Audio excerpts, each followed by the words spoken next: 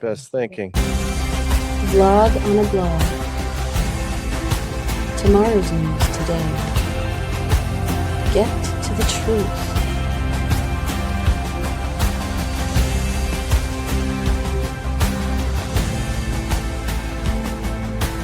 Listen, learn, live.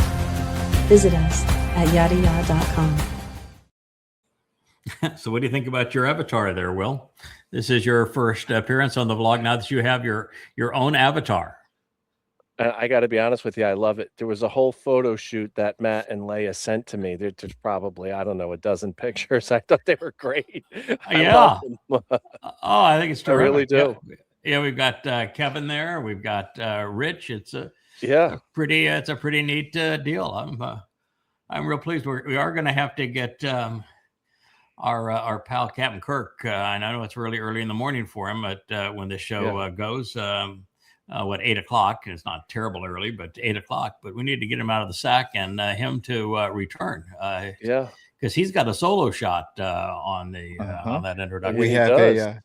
He does. We have a special surprise for you tomorrow. Then. So okay, well that's good. I'm glad. Right, I'm glad because I lobbied for my pal to be one of the guest avatars on that introduction.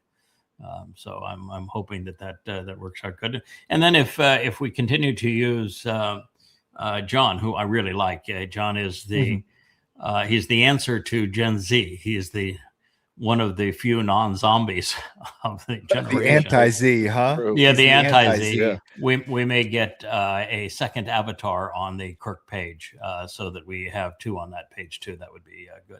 I'm sure that Leia's not going to move Dr. Jeff over so that he loses his lone avatar status because he is advocating the rebutting the rabbinical rubbish that Leia's going to be a co-host on. So she's got to, of course, use this as a little promo for her show.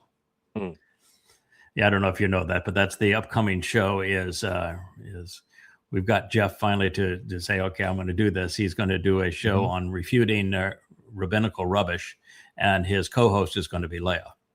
Oh, that's wonderful. Yeah, so that's the reason why that is part of the introduction. Well, welcome to the vlog on the blog. We're going to continue. It's been another interesting day in the news. We're going to talk about a lot of things, including refuting this POS here. The conservative alternative is way outside of his or her bounds. Conservatism would be individual responsibility, not religious responsibility.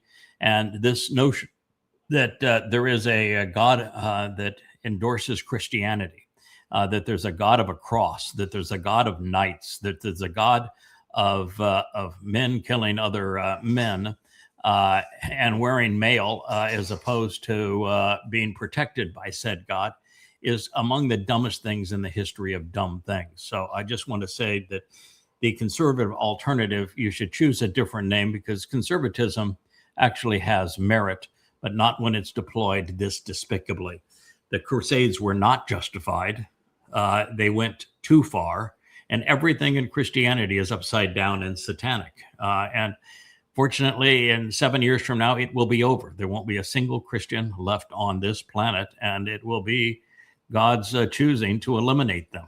So you're on the wrong side, and you're just making a fool of yourself. So you can go hang around all the medals you want to and pretend that you're some kind of a heroic person. But this is sick. That's what it is. And anybody that wants to pretend that it's a Rockwell image and you're looking up to somebody that's noble, that's fighting for independence, God, and freedom, you are being played for a fool. There was no Jesus. There is no Mr. Christ. The whole thing is a disgusting lie that does nothing but irritate God. Yeah. You know, Yada, there's a recent evolution of conservatism, right? And the Barry Goldwater conservatives prior to Ronald Reagan were conservative in the way that you speak of, little c, where small government, lower taxes, less government involvement, and it was less about religion. When Reagan came along, Reagan decided to pull in that evangelical Southern, Democrat and Republican over the pro-life issue. And that's when it really, in the 80s, it really, Republicans and conservatism really took on that Christian banner. Yeah, Started that's not marching quite. under that. That's actually not quite right. It's close. But remember, I'm 6,000 years old. I've witnessed a lot of this. Reagan wasn't much of a Christian. His wife was actually the occult. They had seances in the White House. Right, yeah. Reagan didn't give two hoots about any of that. He did not orchestrate that. He did not make that decision. A man that I was very, very close to, in fact, very good friends with for a number of years. But before this mission and responsibility came upon me, Jerry Falwell. He was the founder of the Moral Majority. Yeah. It was Jerry Falwell's idea to rally Christians behind Reagan. It was Jerry Falwell's idea to create what he called the Moral Majority. It was Jerry Falwell's idea to take the old-time gospel hour, which was his television promotional medium, and to use it to engage and enter into politics. Yeah. And so Jerry Falwell was the impetus behind this. And to some degree, he worked with a fellow named Ralph Reed. And where Jerry was a misled but decent human being, Ralph Reed was a really conniving SOB. They did some really, really despicable things in the name of Christianity and Christian politics. And they are the forerunners of, the tripe you have seen from the likes of the Charlie Kirks, where you mix MAGA politics, promoting the devil himself, a rapist and pedophile, under Christian garb. So it has changed a lot. Reagan was actually modestly conservative. He did buy into what's called the Laffer curve, which was this realization that if you lower tax rates, you will bring in more revenue because you will create the incentive for more income. So a smaller slice of a larger pie was better for everyone. That is the Laffer curve that was turned into trickle-down economics because the Dems didn't understand it. And the conservatives weren't well enough versed in economics to explain it either. But that is the Laffer curve. It's been proven numerous times. It was what created the Reagan recovery from stagflation under Jimmy Carter. He at least had conservative economic advisors around him. And so he was able to pass legislation that encouraged productivity. And we had a bit of a revival in American economics under Ronald Reagan for returning to free enterprise principles, where we stopped punishing success and rewarding failure. Reagan's failure was that he was a congenial fellow, and he was just as happy to be pleased by and entertained by the most liberal factions of Washington. And so he, as a conciliator, he just wasn't an effective individual in terms of being a leader to bring the nation back. He compromised on everything. And you just can't compromise yourself to success. And that's who he was. So, long story, but conservatism is something that Yahweh would strongly uphold. He likes individual responsibility, individual values, individual work. He is a huge proponent of work and responsibility in that regard. And he is a huge enemy of collectivization. He always views that many men are bad men, always without exception, that governments of men and institutions comprised of many men are always evil. That's why I get upset that somebody will use a title that is advocate something that is positive and worthwhile, and then spew religious nonsense underneath it. there was a period of time when I actually entertained this again before engaging with Yahweh, where I entertained being a libertarian, because the base beliefs of libertarians are government only does what only government can do, and then as little of it is absolutely possible, and that individual responsibility and accountability takes over from there. And unfortunately, almost all the libertarians were religious wackos. So That's right. You just realize you just have to opt out of politics entirely. Yeah.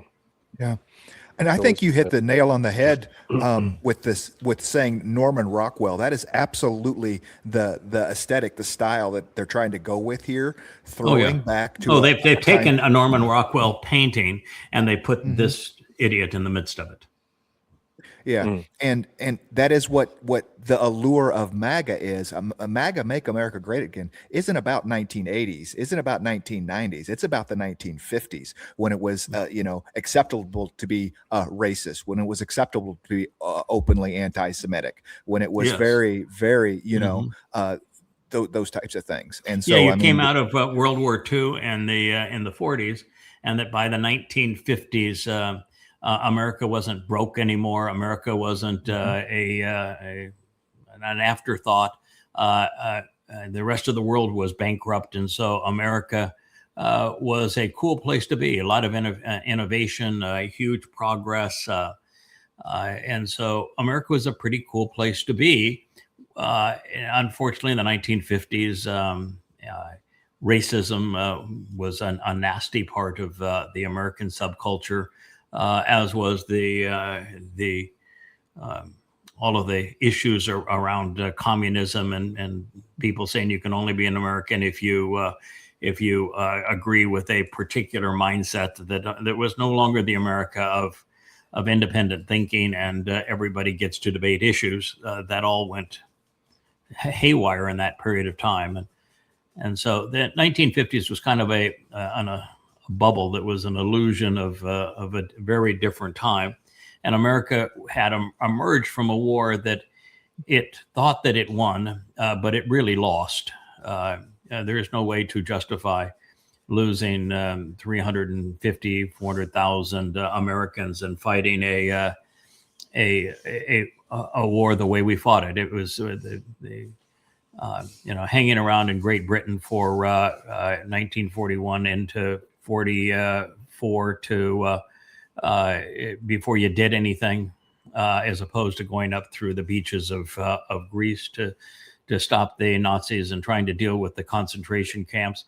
What we did there, and then Eisenhower sending men in against the teeth of the Nazi defenses. I think what we did was insane, and because we did it that way and that we partnered with Stalin, who was worse than Hitler, we left Europe worse than we found it, which is why I say we lost that war as opposed to winning the war, is that we left the Europe controlled by Stalin, and that was far worse than was Hitler. So I think FDR was I think he was a fascist. That's what I think. And that then you look on the other side, you can't justify losing another 200,000 Americans on the Pacific front in that war. Maybe it was 150,000, but 150 to 200,000 Americans to avenge the death of 3,000. That was asinine. I mean, it's just that grossly immoral. And then the way we finally won the war by firebombing Japanese cities and then dropping nuclear bombs over two entirely civilian targets in Hiroshima and Nagasaki. I was sick. I was really, really sick. Yes, I know that America could not have taken the islands, but America didn't have to take the islands at that point. And America didn't have to island hop to get there. There were so many better options. And so America was full of itself for having won this war that, and from any moral standard, it lost.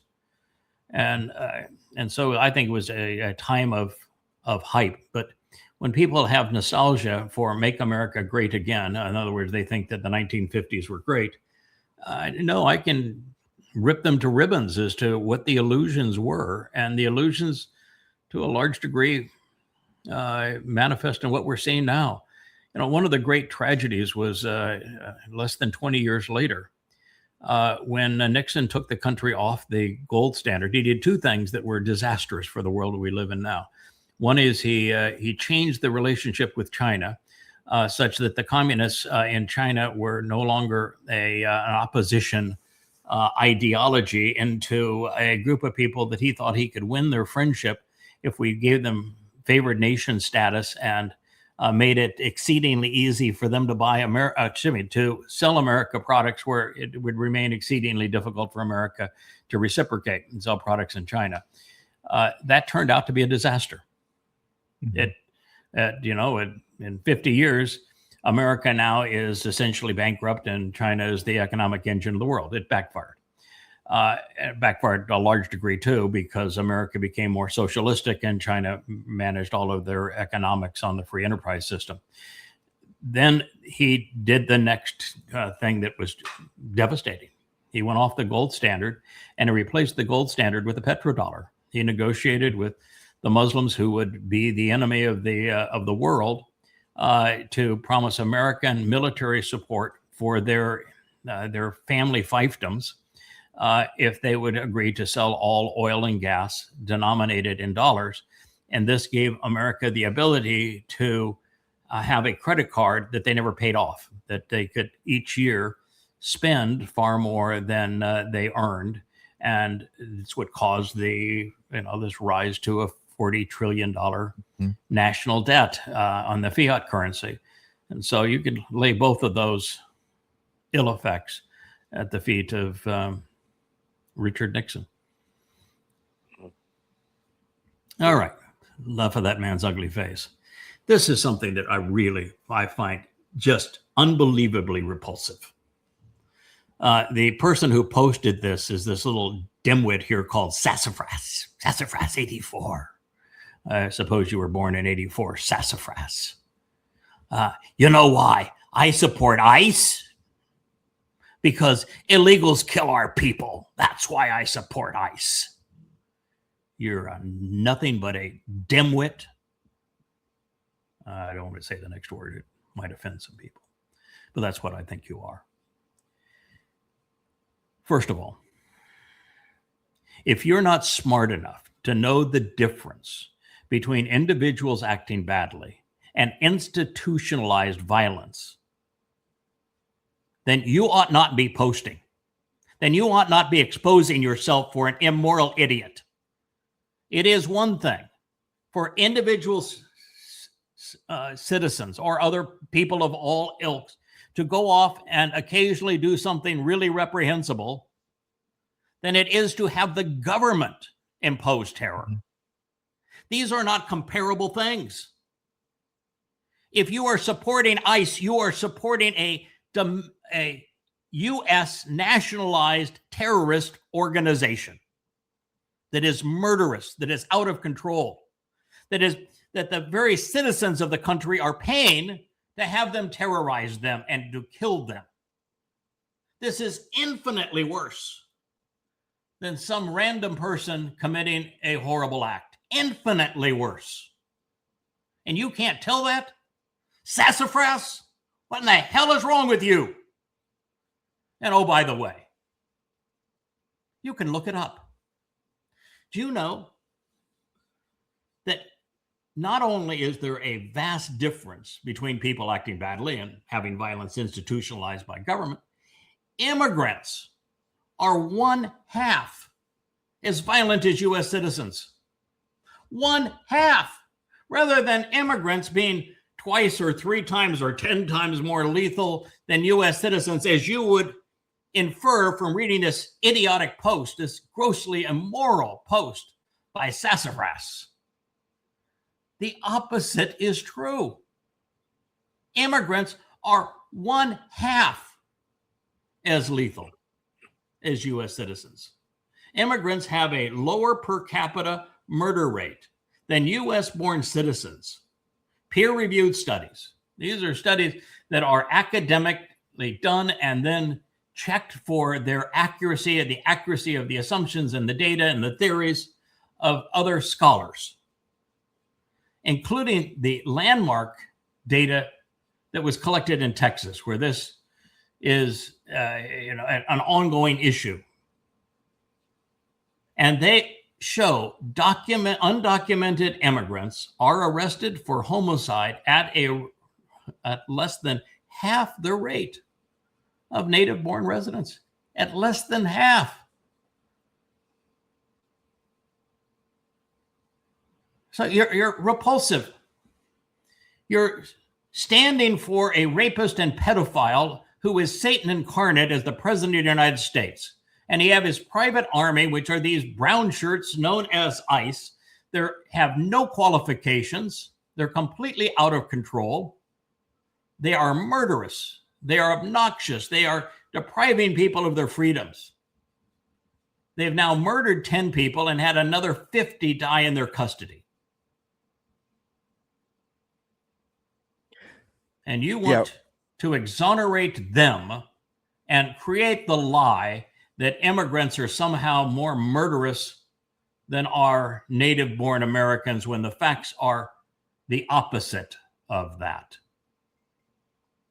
I'm just disgusted. Listen, anytime somebody wants to talk about, as they do now in Europe, as Elon Musk loves to do, and all of these right-wing wackos want to do with their border controls, anytime somebody wants to say, I don't like immigrants, I don't want immigrants, I want to get rid of the immigrants, then what they are is a racist retard. I would call them a half-tard or a no-tard. Retard used to be the term. They're just racists. Yeah. That's what they are. And it's despicable to me. Listen, America was a country of native peoples. We killed them all. Not all. We killed only 99% of them. Mm-hmm. We stole their country. And the people that came to this country were 100% immigrants. This country, as we know it now, was stolen from the native population and was built entirely by immigrants. And you want to say just because you feel special that we can't have any more immigrants? Oh, you say, oh, well, we have to go through the process. The process is asinine. It's the government that runs the process. The process is absolutely asinine. Yeah. So it doesn't work.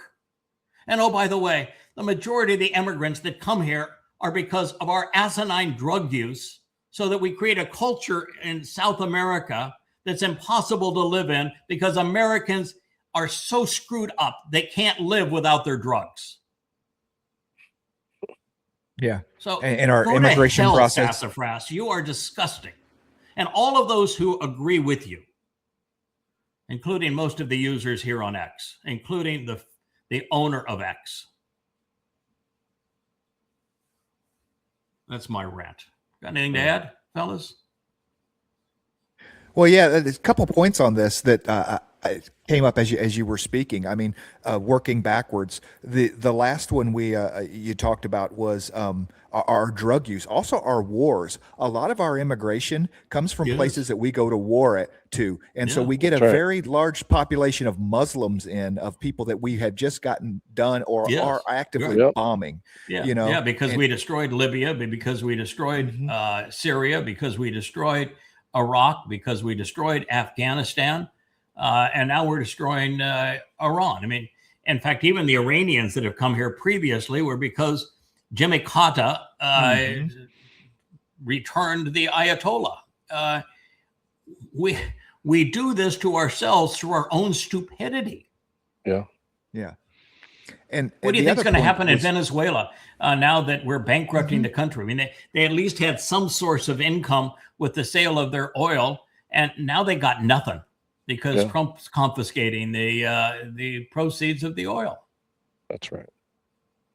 Yeah, those that can make it, that can get out of Venezuela and make their way up here, because that's been going on for a long time with the socialisms there. People have been trying to flee. Yeah, and what's going to happen with the United States imposing all sorts of tariffs on Mexico, when one of the things that was intelligent is creating maquiladora so that people could earn a living in Mexico and could stay in Mexico and care for their families by making products in Mexico, and now you put tariffs on them so that they're out of the jobs.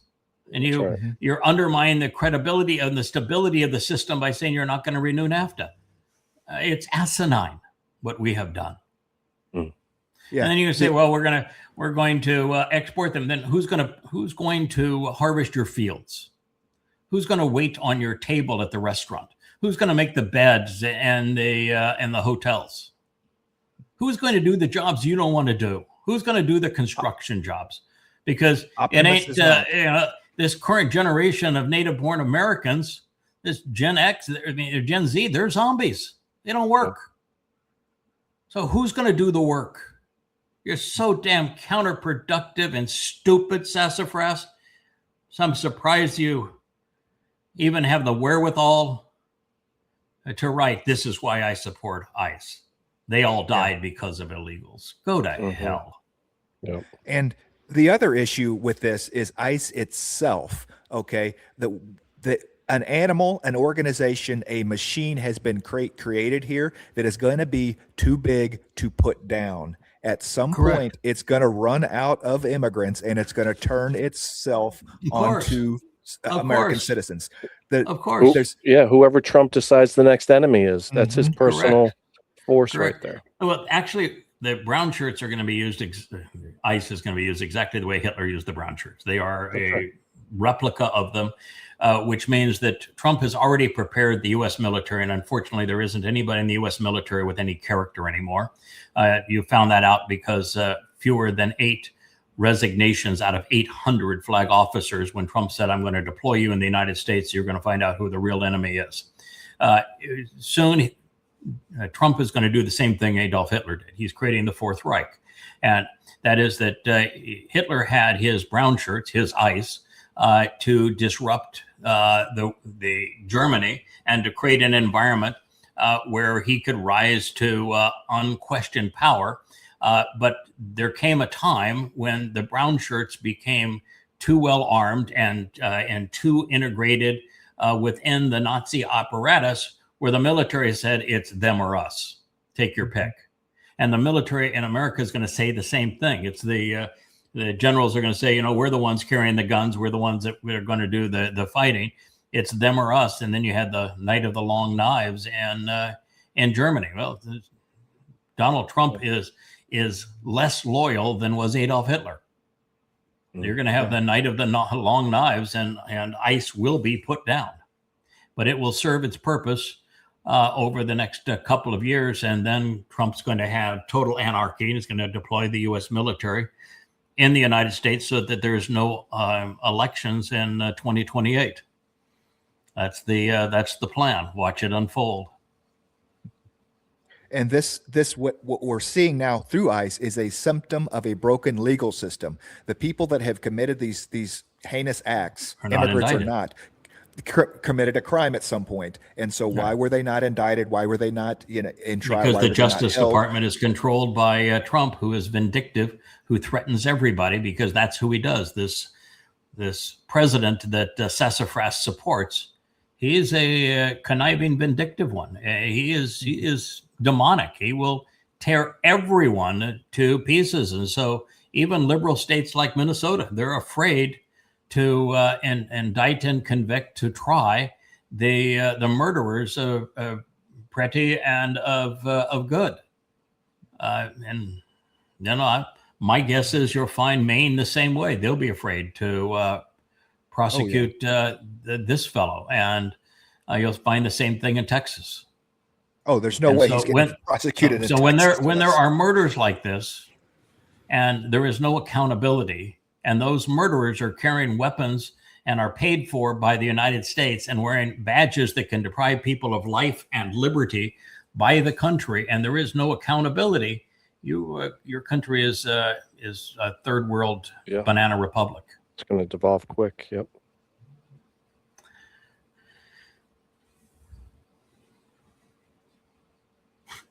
I'll take the Christian and hold the Judeo. How could you be that effing stupid? I mean, really, how could you be that effing stupid? If you removed the Judeo from Christianity, you'd have nothing left.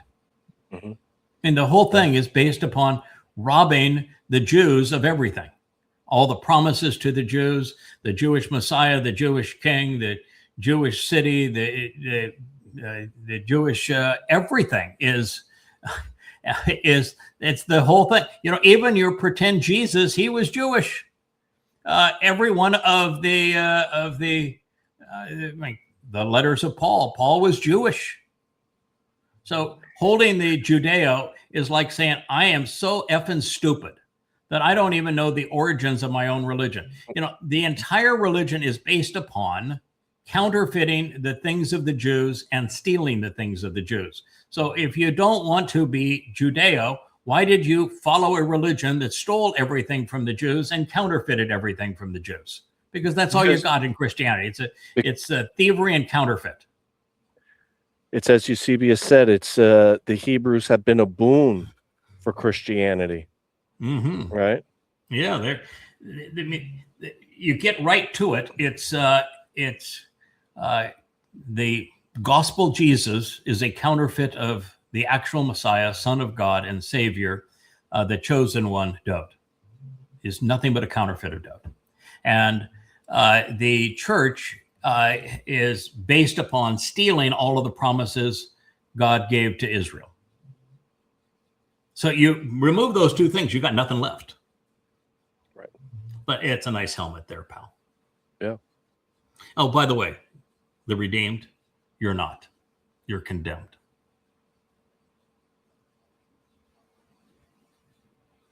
And by the way, redeemed is a Hebrew word and a Hebrew concept, not a Christian concept. There is a war against Christians. Defend your faith. You know, Christianity only works if they are perceived as victims. That's right. Only works if they're perceived as victims. And yet they've never been victims. Even this period under Diocletian where they claimed to have been martyrs, it was the Romans were so sick of them. There's all sorts of reports from the Romans saying, listen, we'll give you the damn rope. Go off and hang yourself, please. Just get out of here. It wasn't the case. You made it up because you want to make it look like faith had some merit. And so if you had people willing to die for it, it created the illusion that your faith had some merit. So you created this martyrdom mindset. It's the same martyrdom mindset that propels Islam. It's absolute rubbish. Christians are not being fought against. There's no war against Christians. Although there will be, there should be, and there will be, because the religion has been the single worst thing that's ever happened to humanity.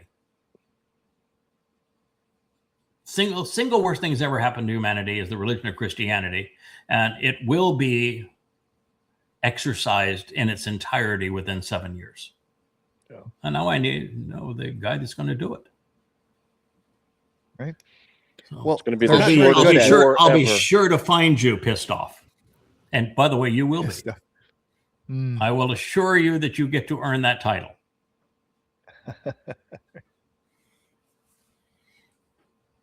Go ahead there, sir.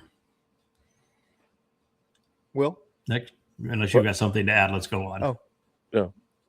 There's 2.2 billion Christians. I mean, that is just as bad at war as the Israelis are at Gaza genocide. There's more Gazans now than there was before, you know? So yeah, even though there are, I think, 2.5 billion people that would attest to being Christians, Christianity is a dying religion. Mm-hmm. You know, Christianity went from being 85 to 90% of Americans identified as Christians 20, 30 years ago, and that number is down to 35 or 40%. It's been halved. And the same thing would probably be true if you take the same poll in Europe. Christianity is a rapidly dying religion. It does not hold up to scholarship or to evidence and reason. And so it is a very rapidly dying religion. It's not under attack. It's just dying from its own lies. It can't. You build a house of cards, it just won't stand all that long. So it's amazing that it's this long. You don't think there's a sense of a not necessarily intentional, but a restructuring of with all these new style, new age churches and stuff. That I mean, because the idea of Christian values is there's no longer the big mega Catholic churches or the big bad. You have the Joel Osteens. You have the this rebranding where people are searching out their own new agey type of Christianity thing. That the super pastors have gone all the way back to the 4th century. Wasn't it John the Golden Mouthed that conceived the vitriol that was used against Jews and later incorporated by Eusebius into the text of Sinaiticus and Vaticanus? No, there have been super churches with orators with their fire and brimstone preaching, or their polish or whatever it was. In the beginning of time, there have been more favored preachers over less favored preachers, more favored popes over less favored popes. So I think that it's the same, and that you can go back to with the Tower of Power and the who was the guy who was in Southern California that was the Christianity of positive thinking.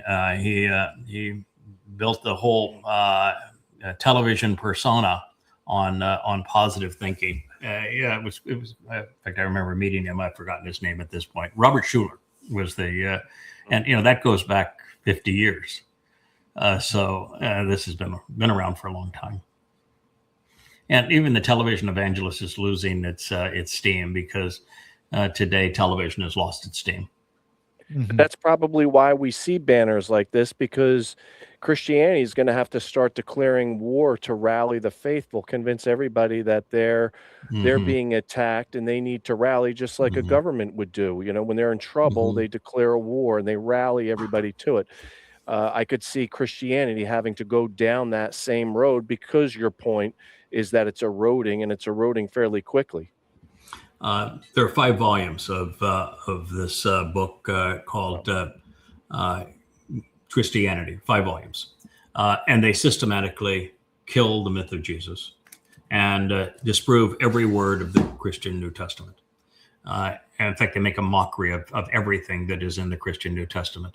It would be absolutely impossible. And you can take this as your challenge. Any one of you who want to promote Christianity, go to yadayah.com, go down here, pissed off. You wouldn't do you any good, but anyone's listening, go to yadayah.com, go to the books page. You'll find it right there in the header, and click on the first volume of Christianity.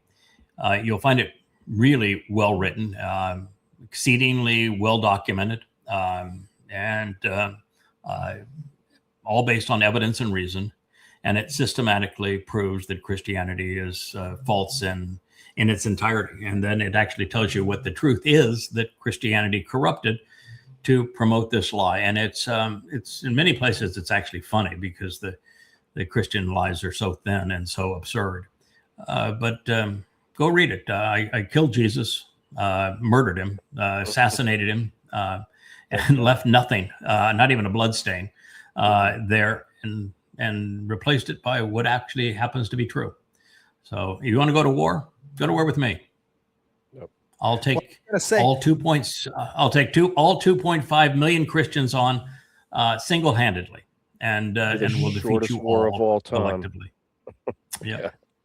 Take about That's what I was going to say is win that war. The book has already done that. The book has already won the war. They just don't realize that they're dead yet. That is correct. That is correct. They just haven't accepted the terms. I've already won this. I've already won this war. It's over. You just haven't announced your surrender, but you will.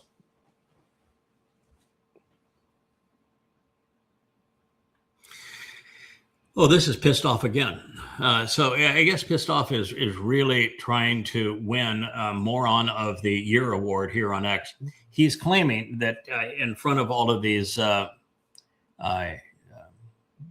bunks for the concentration camps in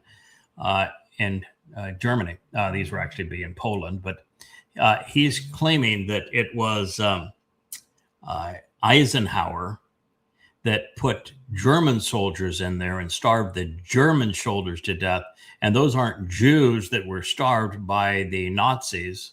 Those are Germans that were starved by the Americans as POWs. Now, Sure. imagine being that stupid. I mean, I can't be it's just beyond the pale that somebody could actually be that stupid. By the way, Rich, we're having. I know. Okay.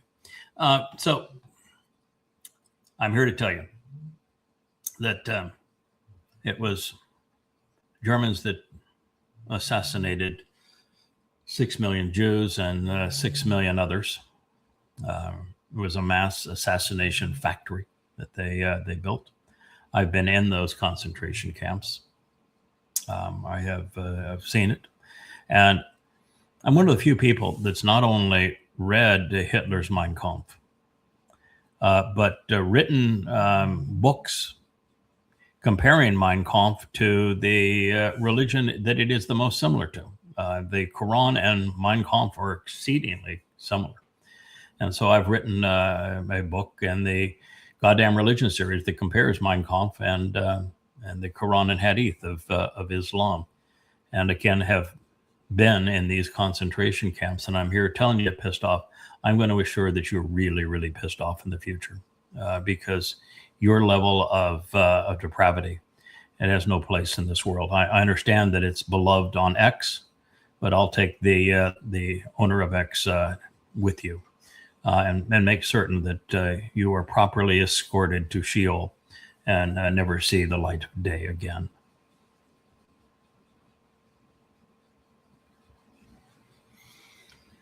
Oh, here again we have one of the best parts. One of the best parts of being a Christian is knowing that God wins in the end. And you don't even know who God is. Yeah. And oh, by the way, I've read the end of you, and the end of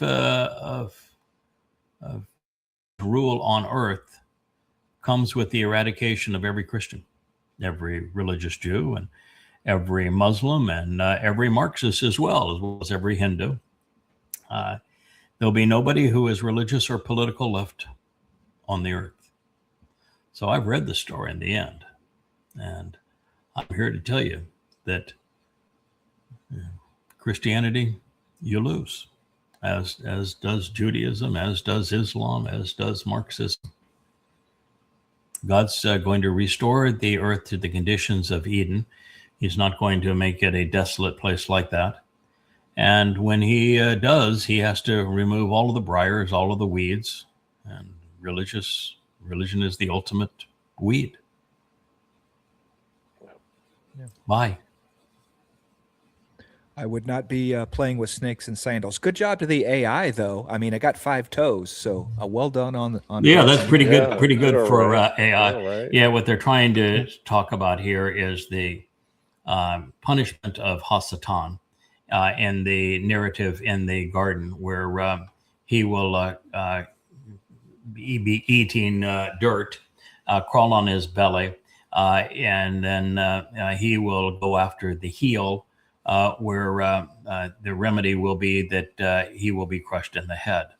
And I can assure you that this Sola has no clue as to what the actual message of that garden story was, who the serpent actually is, why the serpent was programmed to do as he did, who Towrah represents, who Adam represents, and why each of those judgments was laid out by God for each of the 3 independently at the end, and how they are ultimately resolved. I can assure you that I do know, and I have written about it. You can go to yadayada.com and listen and read, and you can know too, but at this point you do not. God does win in the end, though. Too bad they'll die estranged from him. Yeah. I do want you to play this one. It's not all that short, but it addresses Lindsey Graham.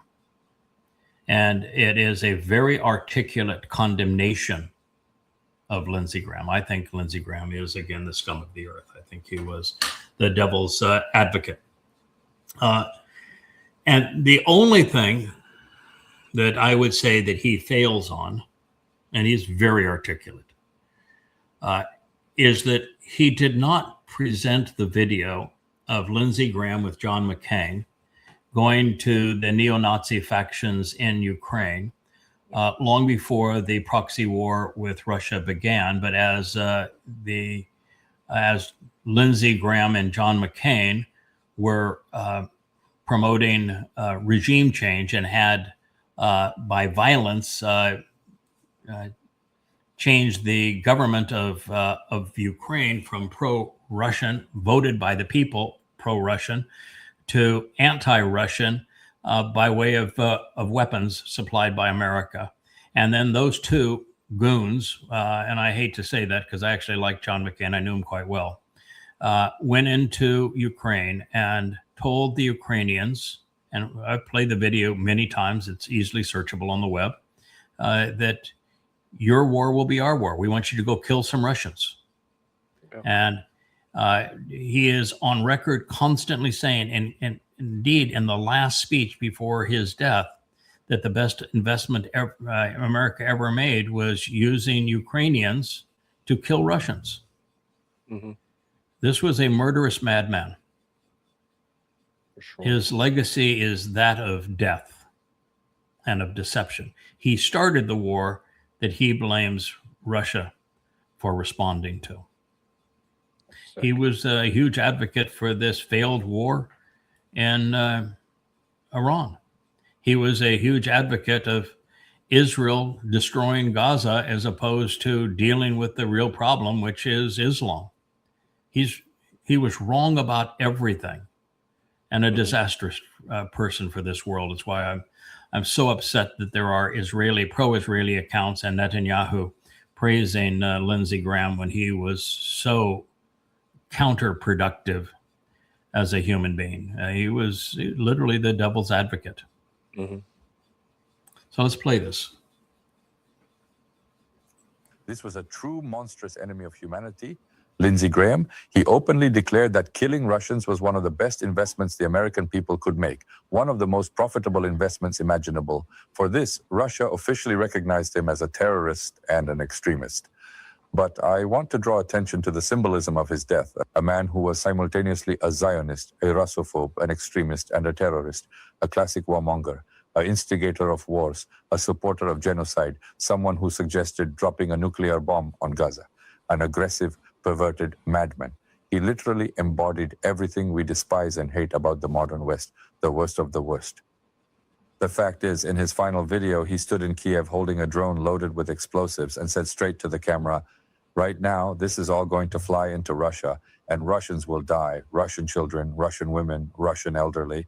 Those were his last public words. He promised Zelensky, another terrorist and extremist, that he would ram new sanctions through Congress, that together with Blumenthal, he would designate Russia a state sponsor of terrorism and unleash other punishments upon us. In other words, he died literally in the middle of yet another monstrous speech against Russia. And immediately after his return to the United States, Russian missiles destroyed the facilities in Kiev where drones were being assembled, including the Flamingo, along with other dangerous weapon systems. So it turns out the American senator stood there threatening Russia, and the moment he left, that production was wiped out. Not a single Ukrainian air defense system could prevent it. Now, there is neither the factory nor Lindsey Graham. From a symbolic standpoint, the entire story with Lindsey Graham is an undeniable information victory for Russia, Iran, and China. The stupidest thing we could do right now is start saying, yes, of course, he went too far sometimes, but we express our condolences. Absolutely not. They are constantly trying to mock and humiliate Russia through similar information campaigns. The most correct symbolic position in this situation is simple: a dog's death for a dog. When your open enemy, a vile creature who hates you, dies, is that really a reason for sadness? I am not calling for crude gloating, but this is an element of information warfare. And in this game, you can only play it two ways. You know, if that guy knew you, I could retire, man. He's articulate.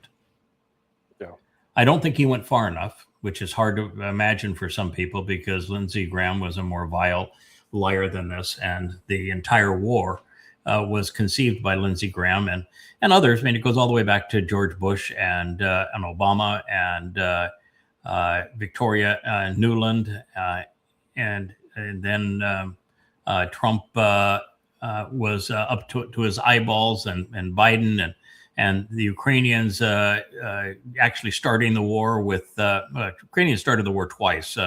Once when they started murdering ethnic Russians in the Donbass region at America's assistance with American weapons, with Lindsey Graham's insistence, and then when they blew up the Nord Stream pipeline.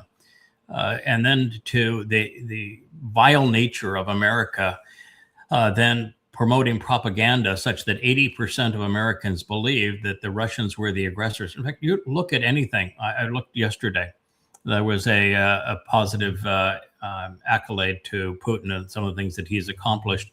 And the vile responses on X, where literally everyone condemned Putin and made it sound like that Putin had invaded a free country and that he was the villain, when America is the villain and Lindsey Graham was the villain. And I just shake my head as to say how far humanity has fallen intellectually, rationally, morally, and how this cesspool of X is so deficient. And yet here on X, we have an extraordinary man making a profoundly important statement, but you have to weed through enormous trash to find it. And I would tell you that if you were to expand his post and see the responses to it, they would be about 95% in opposition to him. And yet not a single person would have any evidence and reason to support what they do. They've just been brainwashed. Yeah, he's so anti-Semitic. When you go look at the rest of what he produces, that's why he's not getting attacked. He is so, majorly anti-Israel. Oh, this fellow? Alexander Dubin. Yes. Okay. Yeah, you could tell that he calls a Zionist. He obviously doesn't know Yahweh. Yeah, but that's again, that's our problem. You never find anybody. No, and you go read what he's written; it's freaking vile. Yeah. Well, it's okay. Well, it figures. He is right about Lindsey Graham, and he is wrong about Yahweh and Jews. Now, blind squirrel. Yeah. Well, one of the things that is particularly sad in this world is that Netanyahu has contributed mightily to the hatred of Jews. Yeah. What he did in Gaza was asinine. Yep. It was immoral. It was unjustified. I'm not calling it genocide because it wasn't genocide. But you go and completely obliterate the homes of 2 million people to avenge the deaths of 1,200. That's not moral, and it enraged the world. And then you go and attack Iran twice, and the consequence of this war on Iran, because as I've said before they attacked, easy to start a war. This one you'll never be able to end. It's impossible to end this war. And exactly right. Because of that, you're going to have next year, there'll be hundreds of thousands of people that'll die of famine because of the lack of fertilizer. And there will be choices to make between the allocation of diesel, between farm equipment and trucking to distribute food into grocery stores. A terrible travesty. There'll be economies that will be completely ransacked as a result of this war. And you've turned a non-war into a war between three countries, and now into a regional war, and have the potential of becoming a world war. And so Israel has aided and abetted that, and they've turned the world against them. Now, there was an undercurrent of anti-Semitism born out of Christianity, because the Christian New Testament condemns Jews for killing their God. And so there is this tragic anti-Semitism as a result of that. But Netanyahu and company have done a lot to exacerbate a very, very bad problem. And now Israel is completely alone. They have no support anywhere in the world, and isolated.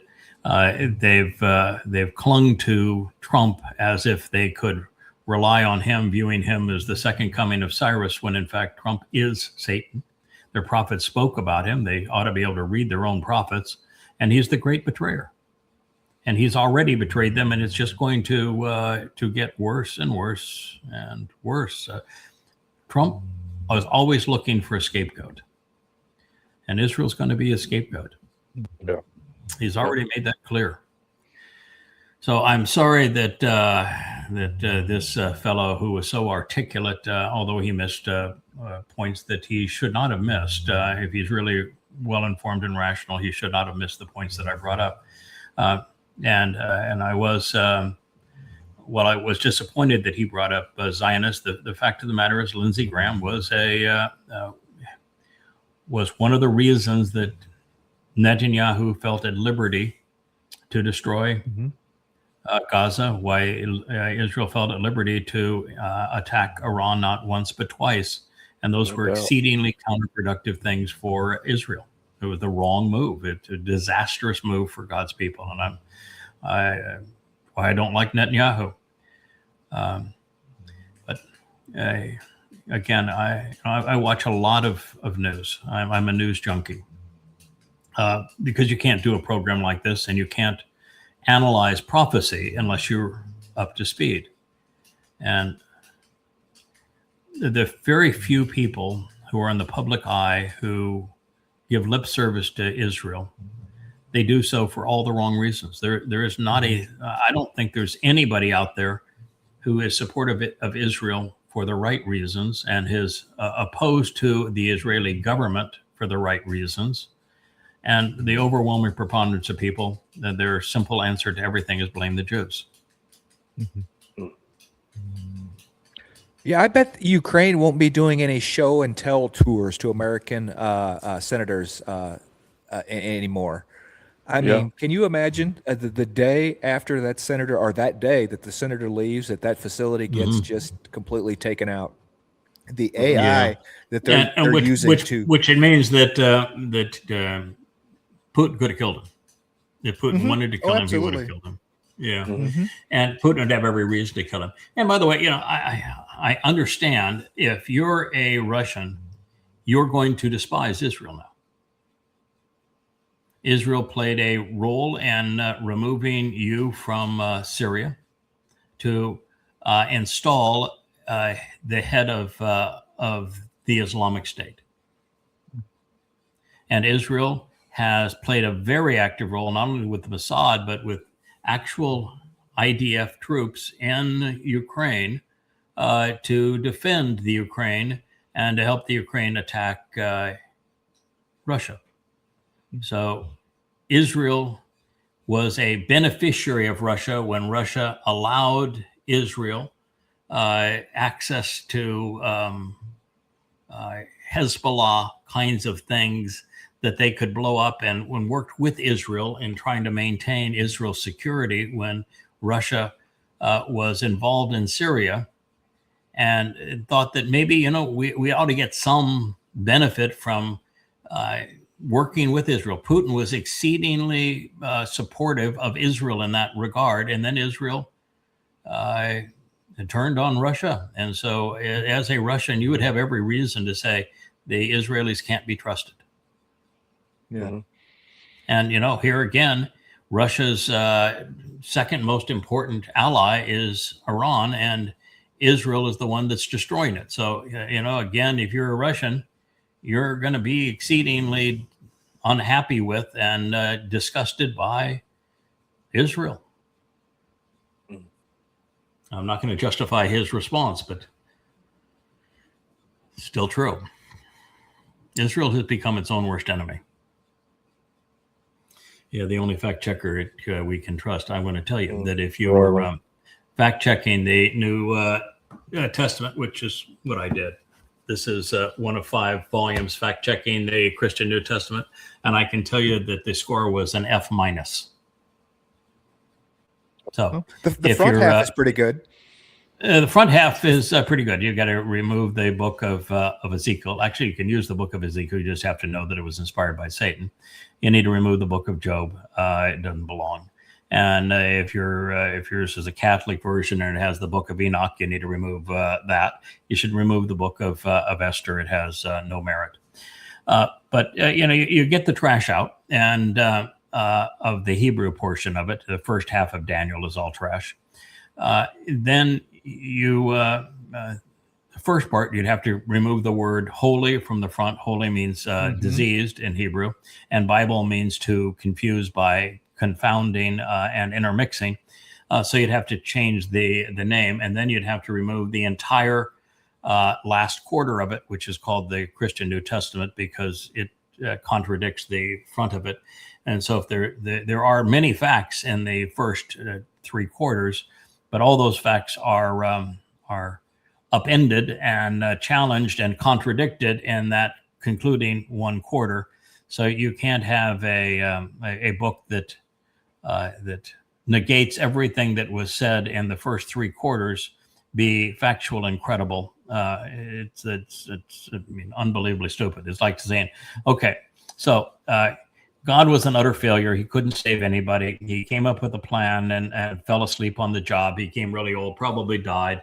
And so he authorized a sexual pervert and man who was demon possessed by his own acknowledgement to contradict everything he said, to besmirch his Torah and his name and his reputation, and gave this man total authority over the world to come up with his own plan, which is, but I, Paul, say. Mm-hmm. Mm-hmm. Sure. Yeah. That's correct. Governments are good. Governments are good. Yeah. Yeah. So no, the New Testament is internally contradictory and filled with deceptions and lies, and every quotation of the Torah, prophets, and Psalms found in the New Testament is errant. Every single one of them. Mm-hmm. So, and the 4 Gospels are internally contradictory, and Paul's letters are illogical and irrational. You got nothing. I mean, Christianity, it's the dumbest religion, really. Well, I keep on saying that. There's some other dumb religions. Islam's pretty stupid, and Mormonism's pretty stupid, and Scientology is pretty stupid. So, Hinduism. Scientology was always supposed to be stupid, though. Scientology got started as a joke. So yes, it did. It got started as a joke. It's not a joke anymore because it ruined so many lives. But it was started as a bet. Mm-hmm. L. Ron Hubbard was bet that he couldn't create he was a pretty good author, that he couldn't create a story that would be turned into a religion. So he came up with the volcano and the spaceship and the souls that were disgorged in the process. And voila. Voila. It's amazing. You can get enough money behind it. You can sell anybody anything, and they'll believe it. Look at Mormonism. I mean, Joseph Smith was a con artist, claims that he was given a tablet and that he translated the tablet, which became the Book of Mormon, but then he lost the tablet, and then he was given a new tablet, but wasn't able to keep that tablet. And he claimed the only reason he was given the second access to the tablet, he was the only person that could translate ancient languages. And so somebody gave him a citation from the Book of the Dead before the Rosetta Stone and said, well, then translate this. And he did. And he said, oh, yeah, this is very consistent with the Book of Mormon. It talks about Abraham and the covenant and that sort of thing. And when it was an incantation, now we learned what you can actually try to translate. It's an incantation of the Book of the Dead and the Egyptian religion. Everything he said about the Americas was a lie. The native peoples were not Jews. They did not come over in a big ship during the time of Solomon. And the details, the coinage and the horses and all the other things that he claims, none of it's true. It's all factually invalid. And so you could put Mormonism right up there with everything else that is just laughably untrue. But the whole basis of Christianity is a complete joke. Mm-hmm. There was no one named Jesus. There was no Mr. Christ. And the whole premise of the story is ridiculous. That a God can be trusted who says that all the promises I've gave to my people I'm going to renege because they killed me. I got mad because my people killed me. That's your God. So he's not only dishonest, but people can kill him. Come on. How could you be that stupid? Yeah. Timothy Donahue, huh? And he's the one. It's not the little skinny guy. It's him. And evidently he killed somebody else in Chicago a year ago.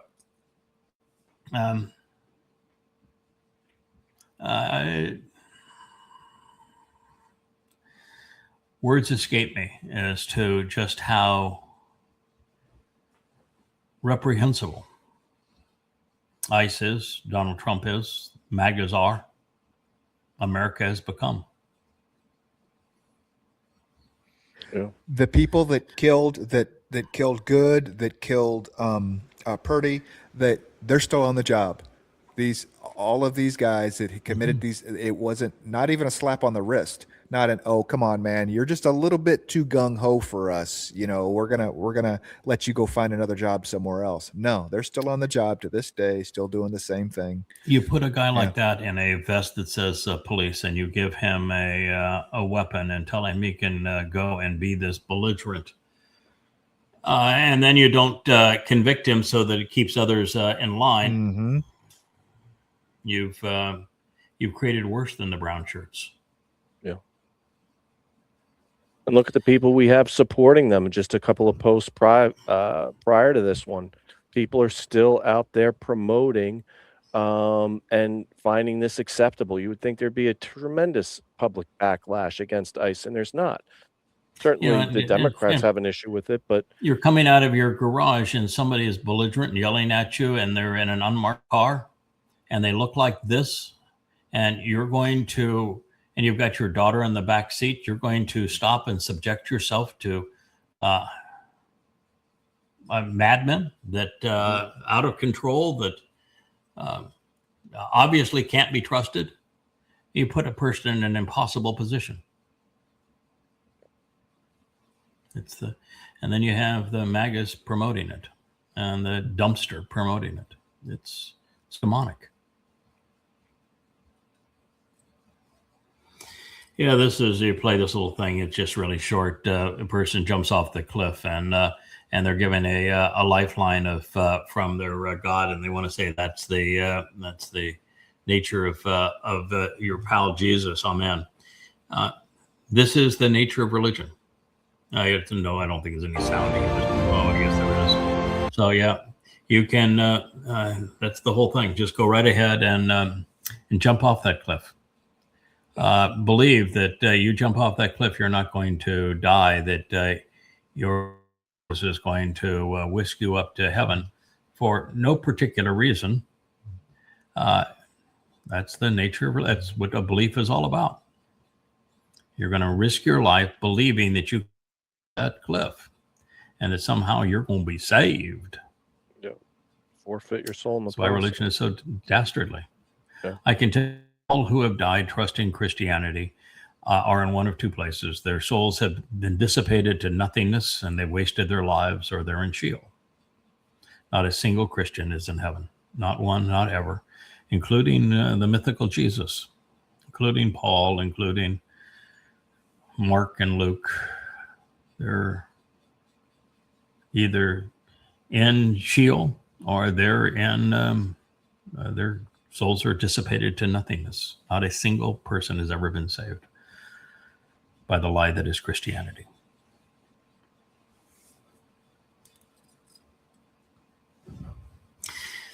What is that Trump has got on their roster? Have you ever seen one of those before? It's an Aquila. Yeah. Aquila. It's an Aquila. Yep. And Aquila is from what? From Rome. They carried him in front. Rome. The legions carried him in front of them. Yeah. That's correct. In fact, if you lost your Aquila, the entire legion was disbanded. and the people were treated worse than slaves. That was the symbol of Rome. It was the symbol also of the Third Reich. That is Trump's symbol because he is creating the Fourth Reich, and he's not doing it subtly. Der Fuhrer is creating the rise and the fall of the Fourth Reich. So here is a speech.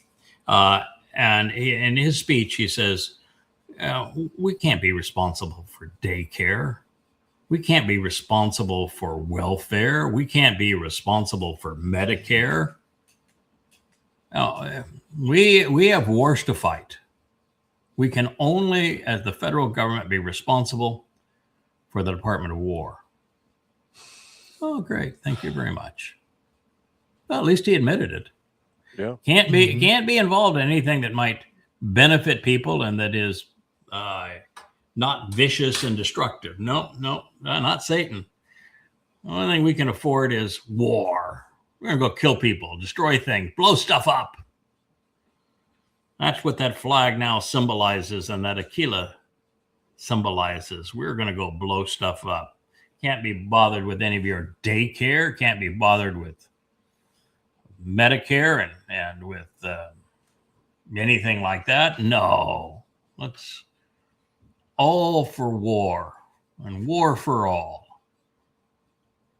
That way, MAGA. You know, talking about I just noticed that the tassels on the flag have changed. Normally they're gold tassels. I mean, you can't see any of the fringes, you know, but normally the tassels are gold. There's a complete flag protocol that exists. So each part of that flag has a symbolic meaning. And those tassels are new to me that are that red, white, and blue or whatever color they are. There is an absolute, they're not there by accident. No, and he's the guild. Trump Well, probably changed look, them he's on got the the whim. gold curtain, so the gold curtain blends with his Aquila. He's not behind the rostrum of the President of the United States. No, because he wants to be the Caesar of the world. He wants to be Julius Caesar. And I would like him to be too, at two Brutus. So at least he's got that part right. You know, he's going to make his declaration. He's a god on the Ides of March, according to the prophets. So the Ides of March is the most important day in the Roman calendar. Yeah, he's building the Fourth Reich.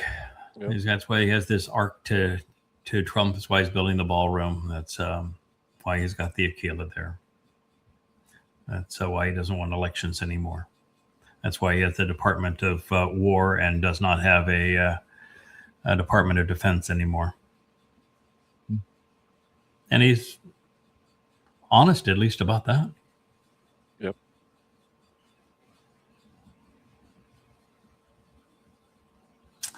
Don't make me tap on the sign.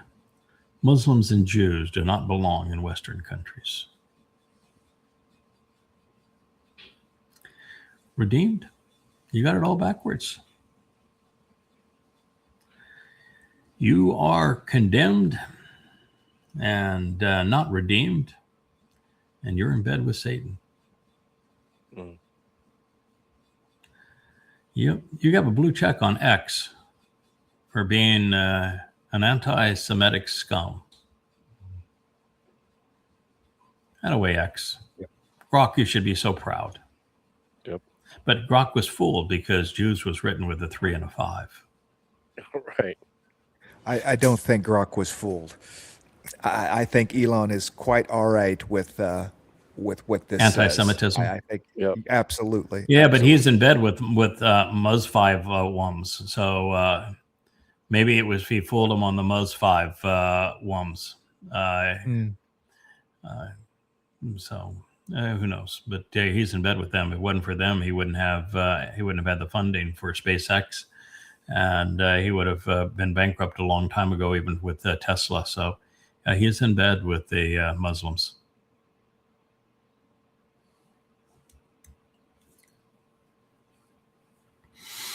Oh yes. So yeah, here is Allahu Akbar. This is one of the big issues is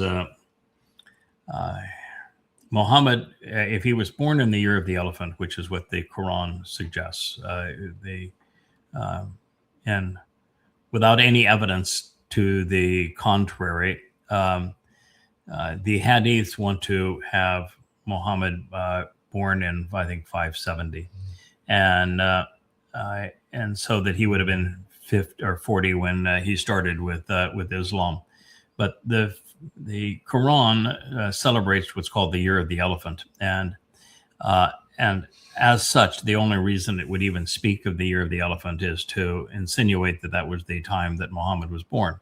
That being the case, he was 66 when he started screwing around and sexually with Aisha, who was 6. 66 and 6. 666, a nice combination. But Muhammad was never satisfied with raping one 6-year-old child. He received children from other surrounding communities as part of deals that he did with them. And that's what this one is talking about here. There were 2 sex slaves that were young children that were delivered to him. And so the pervert, as he approached 70, started screwing around with them too.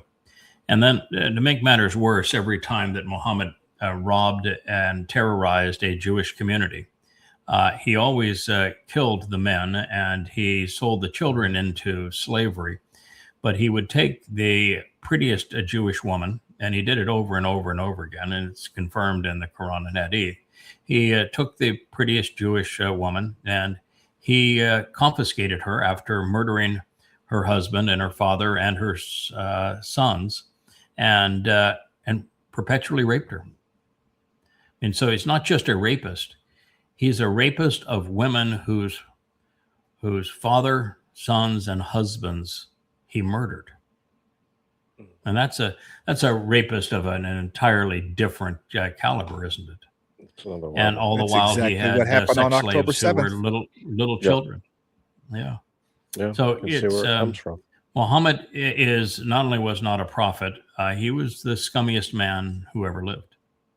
And so if you're a Muslim, you need to know that what I'm saying is not my opinion. It's proven over and over again. This is one of 5 volumes, 4,200 pages on Islam. And in this book, I absolutely and unequivocally prove that Muhammad was a terrorist, that I use the Islamic Quran and Hadith. This is a citation from the Quran 66:1.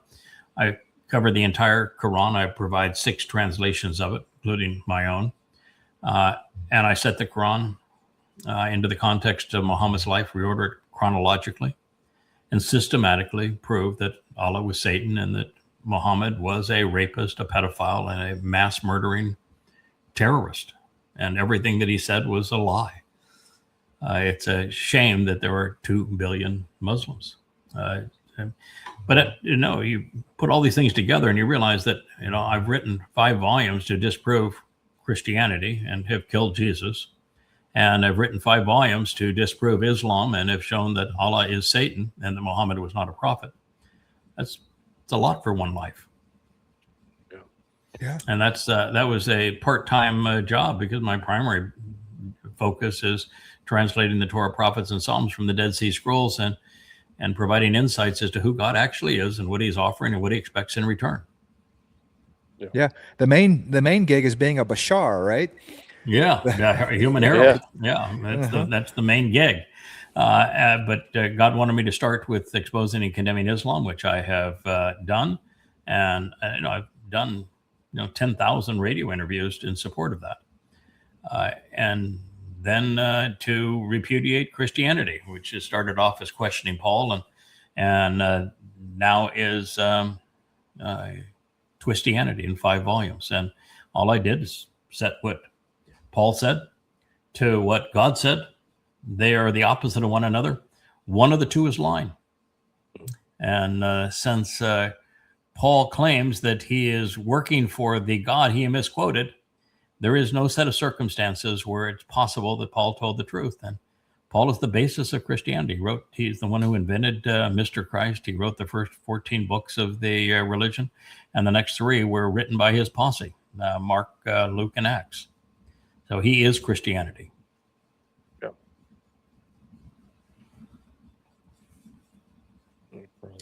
I showed this picture a couple of years ago, year and a half ago anyway. That's the current Pope. He's got that same bent ghoulish. If I can get this here, you look at the cross that I have here. That's the same one that he's got there. That's right. I'm always disgusted by the idea of Christianity having a tortured God on a stick, a dead God on a stick. But the one that Pope is using there is a really, really convoluted and tortured God on a stick. I just think a religion that thinks that it's fun to present their God tortured and dying is really, really demonic and sick. And of course, he's wearing a Dagon hat, which is entirely pagan, and he's carrying this tortured God on a stick, and he's bowing down to Mary. There was actually no Mary, but everything about Mary has her be the crown, the Queen of Heaven and the Mother of God. She is Astarte. She is the one that the Torah, prophets, and Psalms rips to shreds, condemning as the pagan Mother of God and Queen of Heaven. And so Roman Catholicism simply integrated the pagan beliefs of cultures around them to amalgamate more believers into the religion. And this is all part of it. That's the reason why there is Easter. Astarte is also known as Istar, and that became Easter. And it's Easter that the Son of the Sun is becomes this Samaramus here, this Astarte Mary figure is impregnated by the sun's rays so that 9 months later she can give birth to the Son of the Sun on the winter solstice, which is Christmas. The whole thing is just pagan, pure and simple. So I'm glad to see the picture of the new American Pope bowing down before his goddess. I'm glad you cleared that up because I always thought it was a Shiska god and a Datgun hat, but you cleared those up. It's a Dagon hat, right? It's a Dagon hat, yeah. Dagon is actually the name of the. That's it's the fishtail of the Dagon hat. It was part of this same cult. Because the Mother of God and the Queen of Heaven was shown that ictus that Christians have, it was turned 90 degrees. It's a vagina. And so Christians turn the vagina symbol of the fertility god, the Madonna and child, into the symbol of their religion. And they then took the Dagon hat, which is symbolic of that fish god, and made it the crown of the Pope. And of course, Pope is from the Latin, where Augustus Caesar was the first to call himself the father of all Romans, the Pope. And so it's a Roman imperial title that they bequeathed upon themselves. And God, of course, calls Imperial Rome and the Roman Catholic Church the beast that trampled, the most vicious of beasts, and the beast that trampled on the entire world. So this is the worst enemy that mankind has ever faced, according to God.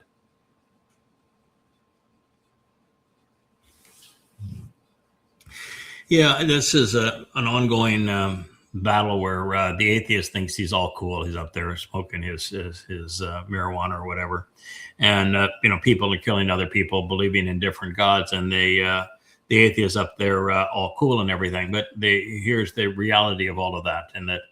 Well, Islam did have the high score, a high game score. They killed over 200 million people in the first 100 years of Islam.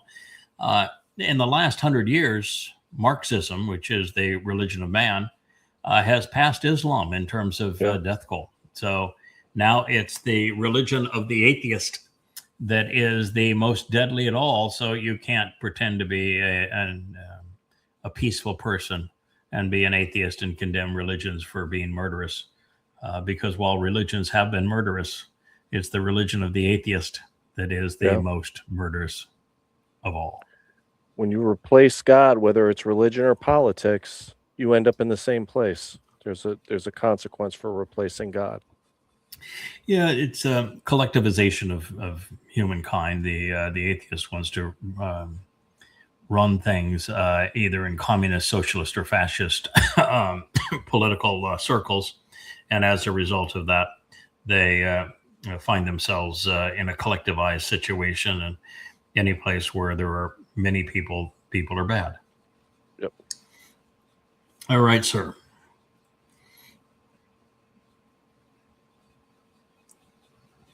This is really an interesting deal here. You can play it. I don't think there's any sound with it, but if there isn't, you could just, I think you've already turned off the sound anyway. But these are FBI agents, one after another, going in with evidence bags. And you know where they are, what that home is?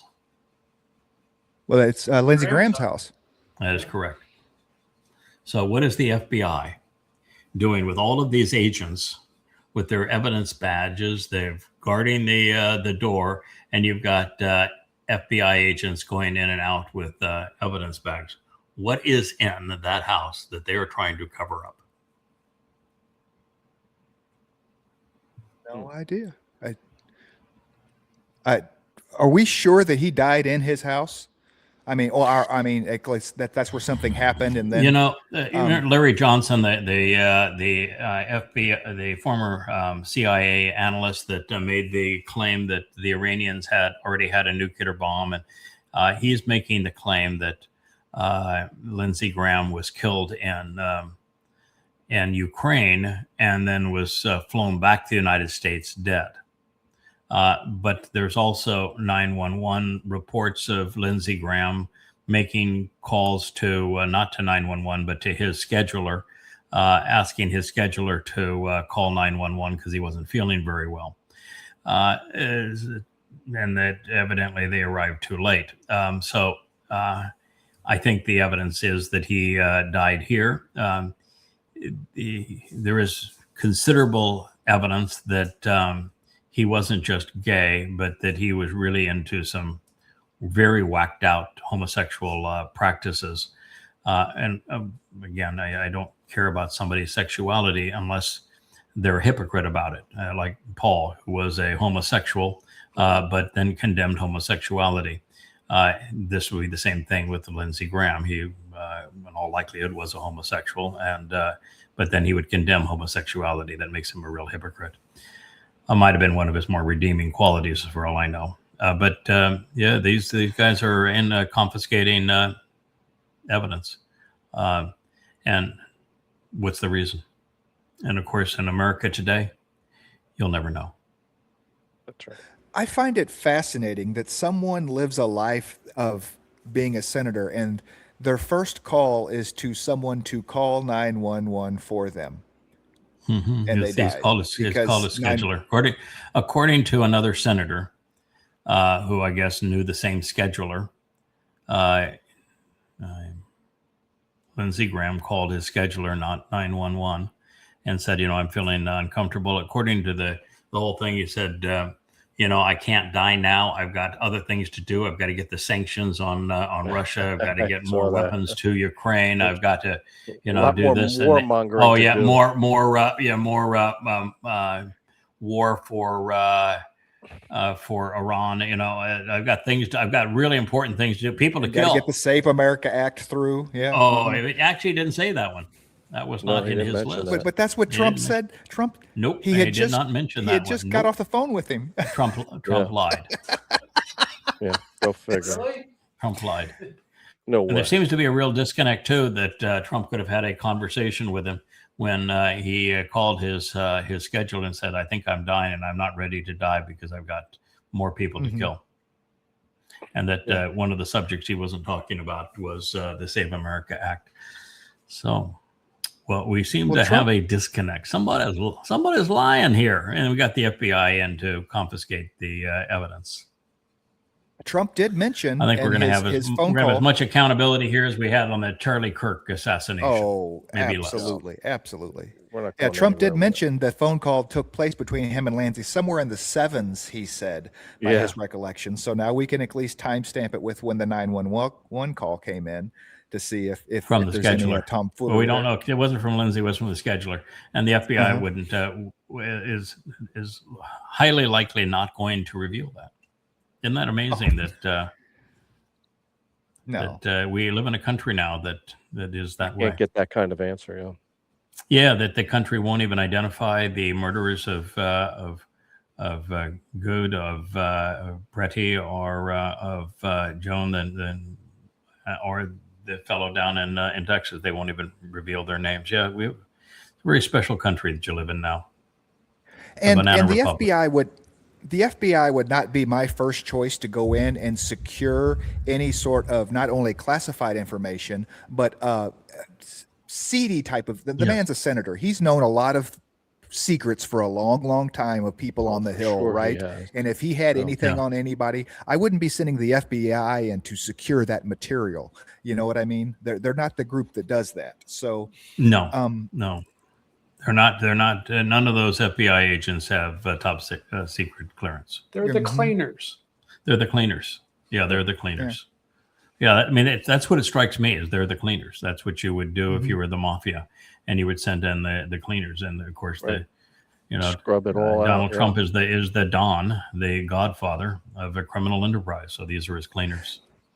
On kind of a same note, I'm very, very curious about this. I've heard that his sister is going to be appointed already has been. as the state. Yeah, that was weird. Already Right? has been. I saw that. And she has no political, No. political whatsoever in any way, shape, or form. You know, and that's going to be such a wild card. Interesting. Is she going to go in with this altruistic idea of what a senator's supposed to be, or is she just going to toe the line and keep her mouth shut? You know, She was, I mean, she was chosen by Trump. shut. She will do what Trump tells her to do. That's right. sure. Period. Yeah. End of conversation. Trump even admitted that was an odd choice. He knew No, that would Trump. fly everywhere. Trump recommended her. Yeah. He did recommend it. Yeah. Because But she yeah, would be appointed by the said governor. Something that She would be- alluded to it's a little bit different choice. I'm not sure where he was going Yeah. with that. I think it's the governor that gets to choose, but They do. Yeah. the moment he died, Trump said, "I think it should be his sister that replaces him."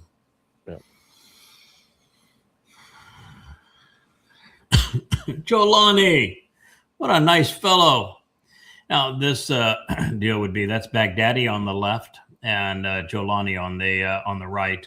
Obviously, it's two separate pictures, not the same picture. But the AI did a nice job of trying to get them looking like they were looking together and having a conversation.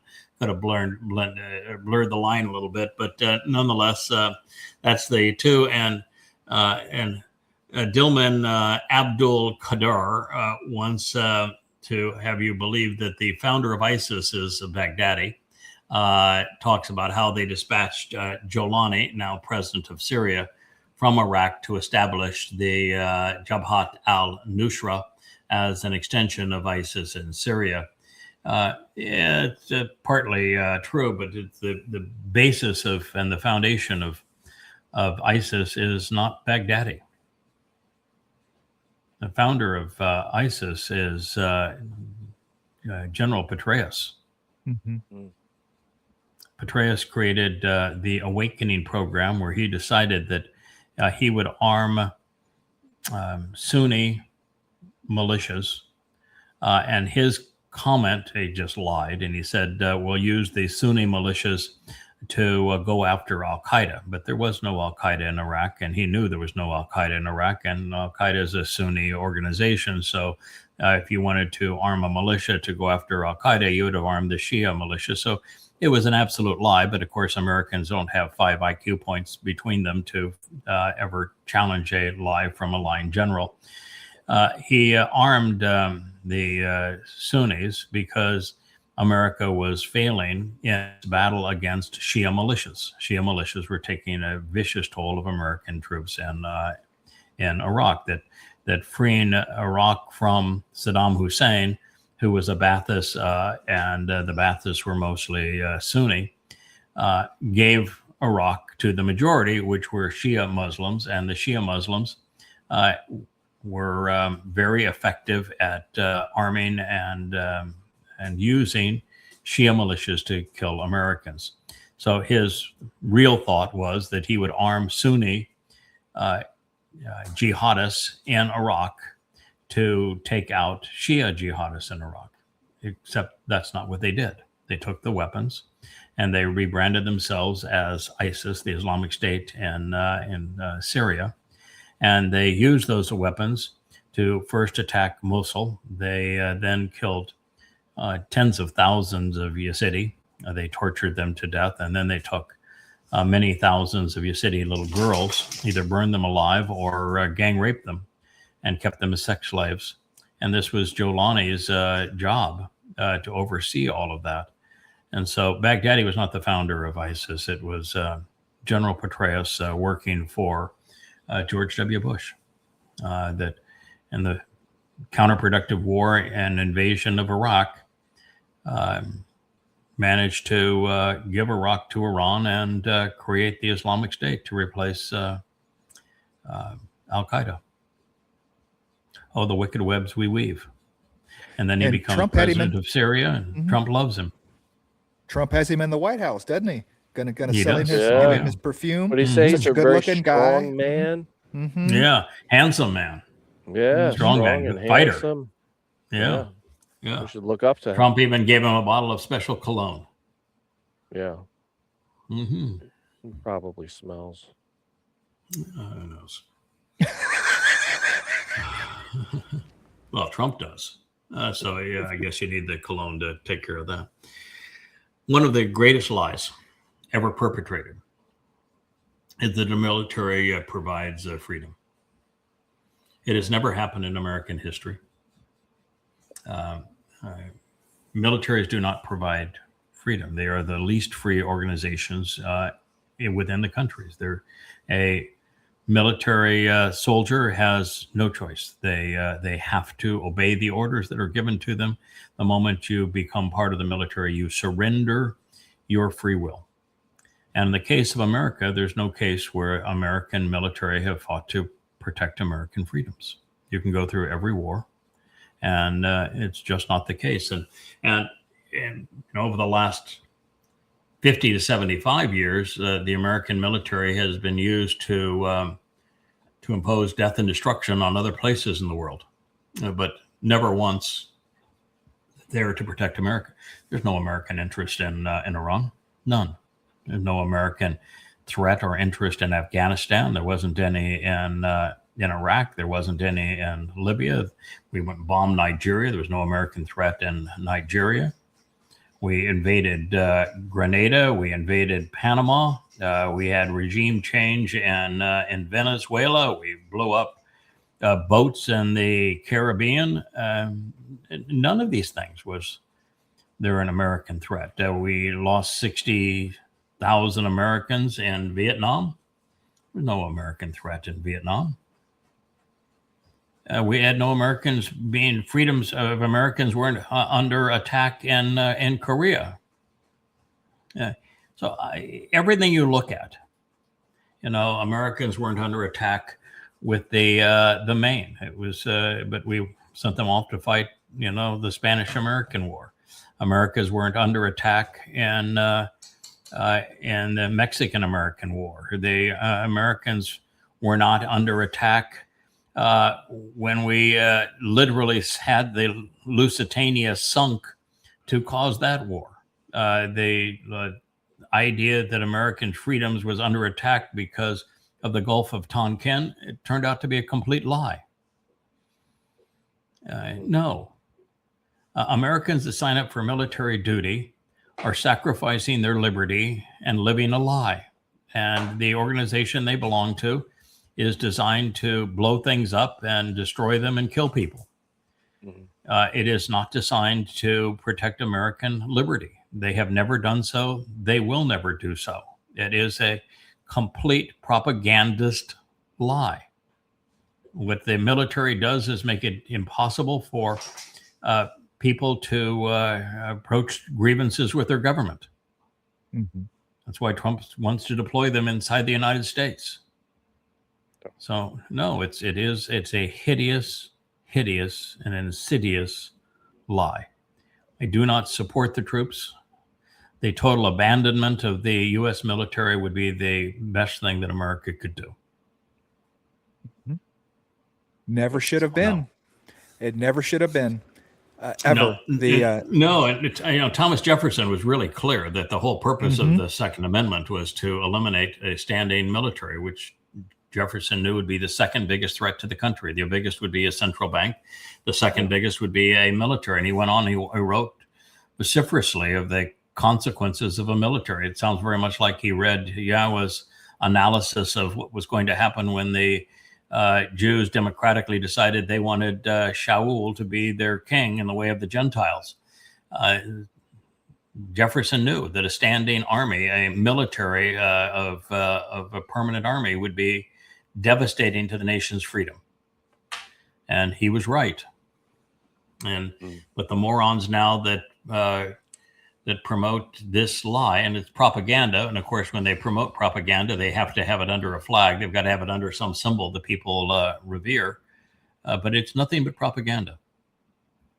It is not true.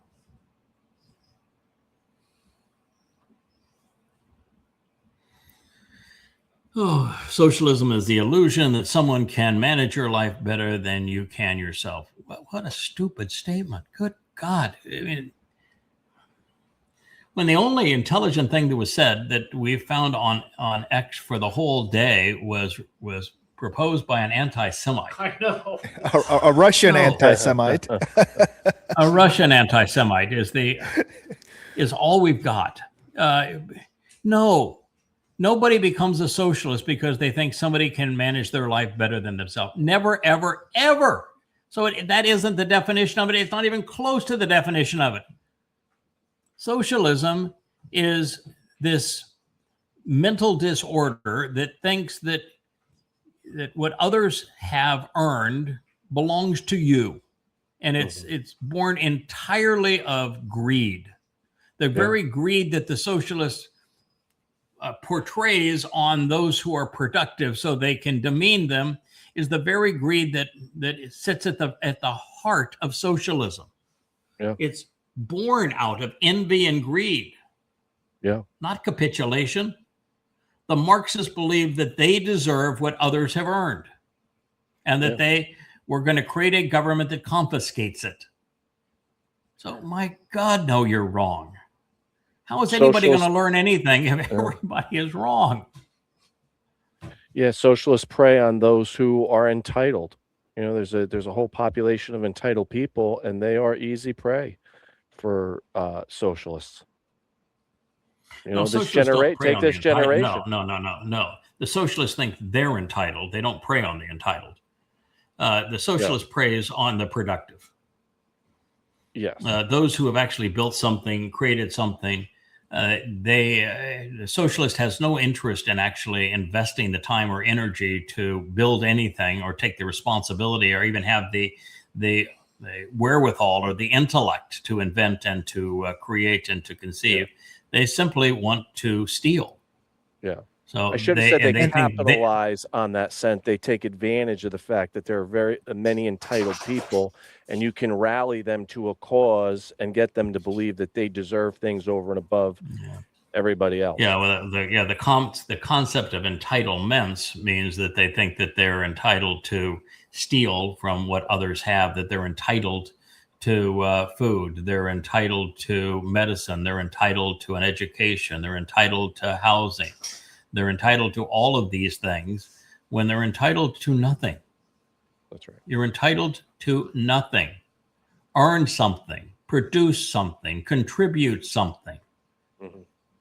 Good God, you're a deadbeat when you think that if you're entitled, then who is not entitled and therefore has to produce what you think you're entitled to? Right. You got to have some stooge that you can whip to go make the things that you think you're entitled to. Mm-hmm. Yeah, they're too lazy to even go steal the stuff themselves. They have to have someone else go steal it for them. I mean, that was Yes. the whole joke about, cat burglars or whatever. Oh, the thieves. Oh, it was a very clever crime. The way they stole something. Whether at least there was some thinking that went into the crime they perpetrated. Socialists can't even do that. They have to have someone Yeah. else go get it for them. Yeah, it's not You even know? Robin Hood. It's not. Robin Hood. No, not rob the rich Yeah, he was allegedly more to give to the productive. poor. Of course, with him taking a mighty swath of the proceeds for himself. But the socialist doesn't even want to dress up in tights. No. Yeah. Now, if you told them that you dress up in tights, you could be transgender, maybe they would consider it. Maybe they would. Oh, wow. So Trump's big announcement on Thursday isn't about something that he has discovered that it somehow has the 2024 midterms or 2026 midterms at risk, or the 2028 presidential election at risk.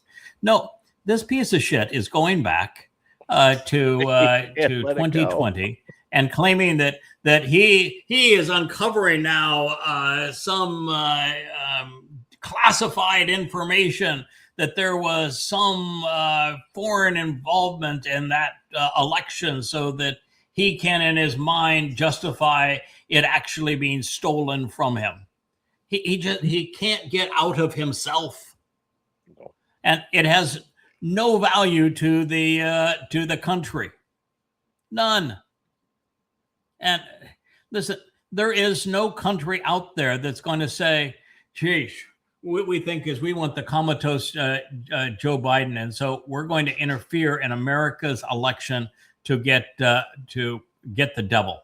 We really want the man that's going to trash NATO. We want the man who's going to start a war with Iran and wreck the world's economy. We want the man that is going to kidnap the leader of Venezuela and then confiscate its oil. We want the man that is going to be all over the place on the Ukraine proxy war, so nobody knows what side's up. We want the man that is going to say one thing today and the opposite tomorrow. No, and to say that America, that a foreign power would say, "Oh boy, we really want Joe Biden." No, there wasn't a tinker's damn reason for anybody as a foreigner to play in that religion. I mean, if somebody had some foresight to realize that Donald Trump was going to be demon possessed, the entire intelligent world would have gone against him. You'd have had every NATO country that would have been against him. You'd have had Russia and China and Iran and really the entire world, Venezuela and South America. You'd have the entire world against him, but he would have lost, 99% to 1% if we knew that he was going to be demon possessed and a confabulator. But why is he so fixated, other than his own stupid ego, on what happened in 2020? And the only news out of 2020 was there was that story that the FBI was promoting that the Russians were somehow encouraging Hillary Clinton to be president. But in the that was the previous election when he ran against Clinton, and in that election, the rub was put against him that he had the Russians collaborating on his behalf. Now, I could see the Russians doing that. They owned him. He was a made man in Russia.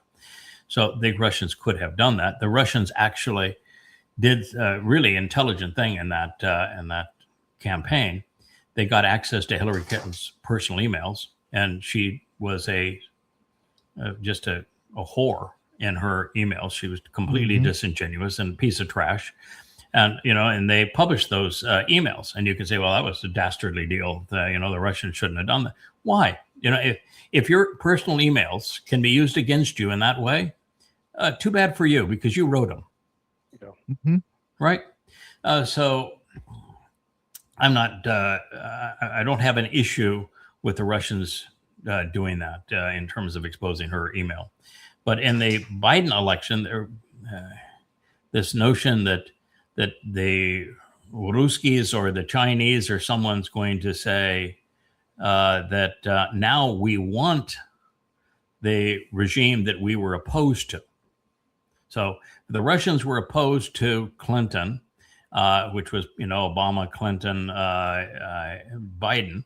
If they were opposed to her because for some reason, and they exposed her emails because they wanted Trump, because Trump was a made man, then there would have been zero incentive for the Russians to go the opposite way and say, we're going to now support Biden against the man that we have the goods on in Trump. So that, if that's going to be his claim, he has no reason. It's irrational to make that claim. Okay. And if he's going to make the claim that China was the one that wanted Biden, you'd have to come up with a reason. And China has gone out of their way to keep from interfering. And they don't want to interfere. Their whole trade policy and their international relations policy is not to interfere. As we said yesterday, they'll do a deal with any nation. They don't care if that nation is fascist, socialist, monarchical, democratic, socialist. They don't care. They don't base any business deal or any international dealings on a nation's government. Their deals are always straightforward. We'll give you the money to build infrastructure. You will use the money to hire Chinese firms. We will give you a bid in writing for what it will cost. We'll produce a quality product at a good value. If you pay the loan back, then it's that asset is yours. If you don't pay the loan back, the asset is ours. Very fair deal. It's the one that China has used to become the leader of the world in so doing. So there is no investment by China to choose one leader over another leader. They don't care. So what is he going to go to? Mexico did it, or Canada did it? I mean, the only place they could go that he would get a political boost for claiming it would be Israel. Yeah. I don't think that's where he's going to go. But if he did that, it would certainly betray Israel, and it would play well to his base. And he'd get an enormous boost for claiming that Israel was trying to manipulate the election. But Israel would never have manipulated the election on behalf of Biden against Trump. No. So that doesn't work. Yeah. So now what do you do? What do you do? Yeah. So it's going to be idiotic. I guarantee it's not going to make it's just senseless. It's like when Trump said he was going to have the greatest announcement of all time, and he came out with a complete dud 4 or 5 days later. I would assume it's the same thing. Maybe the aliens did it. Maybe the aliens were going to have a twofer on this. Their aliens exist. This is the proof of aliens' existence, and they are interfering in the elections against me. Yeah. Maybe it's a twofer. Okay, but then why would the Democrats? Aren't these aliens all reptilian overlords? Yes. You always see them; they're reptilian overlords. I don't know. There's no evidence yet. We haven't. Isn't Trump Satan and therefore a reptile? Yeah. Why would they go against the reptile? Yeah. Right. This is all coming together. I don't know anything about alien politics. I'm sorry. You have me at a loss. Okay. All right. Good luck with that one. Content, graphic warning. X labeled this post containing graphic content. What in the world was it? This is so I was given this post without any graphic warning. It just showed up. So without any graphic warning, I reposted and it comes up with a graphic warning on my page. So what this is, and you can play it. It shows the Fakistinians, Gazans, Muslims beating a dead Jew. If not dead, then we wishes he were dead.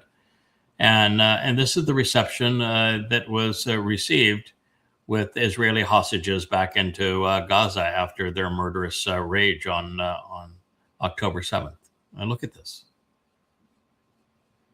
They're documenting their own brutality, their own savageness. Yeah. And so the person here wrote, this is Vivid. Vivid is wrong about everything. Thousands of Palestinians chanting Allahu Akbar as they hit the dead bodies of Israeli citizens with sticks and stones and spit on them and celebrate the killing of Jews. You've got to start by recognizing, and if you don't recognize this, you're never going to get anywhere.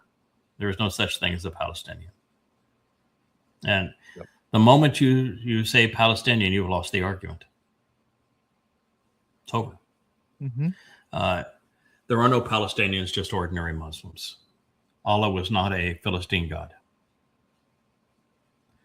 And this is life and death for Israel. Until Israel, and Vivid is a very popular poster. He's a piece of shit, but he is a popular, or she or it, who knows if it's an it or a she or a him.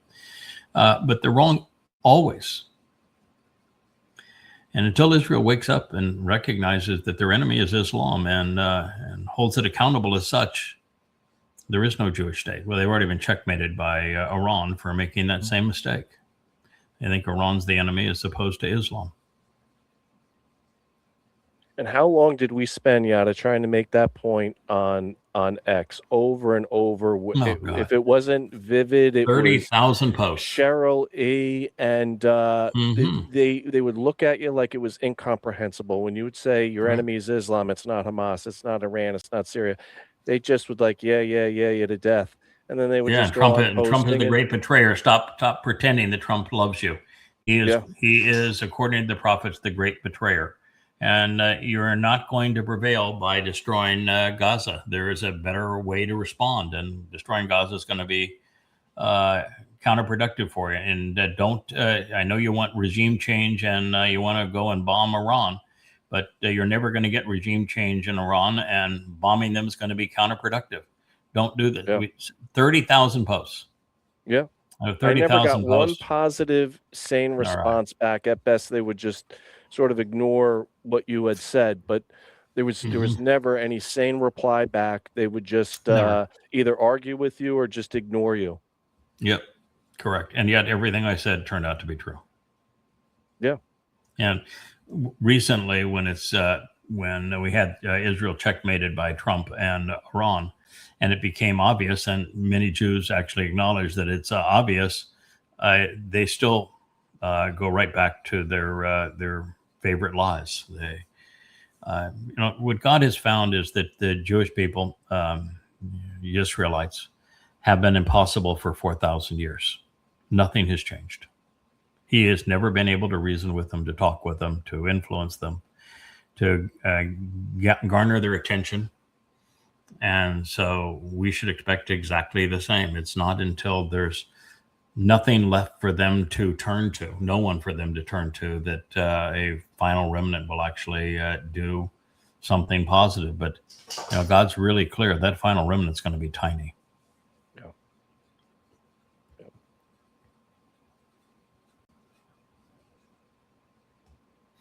Yes, and then this is the MAGA lie now, that Trump has given up on MAGA and America and his campaign promises so that he can be a pro-Israeli puppet with the Israeli flag. And the sad part of all of that is that, no, it's not the Israelis that control Trump. It's Trump that has betrayed Israel. So exactly the opposite has happened. But that's the nature of X and of AI and all of this sort of thing, is that the inverse of truth is very often that which is promoted. And there, because of the Tucker Carlsons and the Candace Owens and the Nick Fuentes and the like, even now the Joe Rogans, there's a huge swath of people that believe this. Anti-Semitism is rampant in America. Blame the Jews. Yeah. Israel has so got Donald Trump under their thumb and as a puppet that they cannot defend themselves against Hezbollah, right? That's what we said is what happened. That if they defend themselves against Hezbollah in any way, shape, or form, that Israel wants to expand in the West Bank, and Trump says, no, you will not do so. And what do they have to do? Capitulate. Israel wanted to continue the war in Gaza. Trump said, no, you can't do that. Israel wanted to continue the war, and Hamas, and no, you must make peace with Lebanon. But Lebanon was never the problem. Trump then uses Israel as a blunt instrument, a proxy to go after Iran. And then when the war doesn't turn out well, he betrays Israel and surrenders, putting Israel in checkmate. And they want to believe that Israel controls the United States. I'm here to tell you, nobody controls that man other than Satan. And Satan doesn't much like Israel.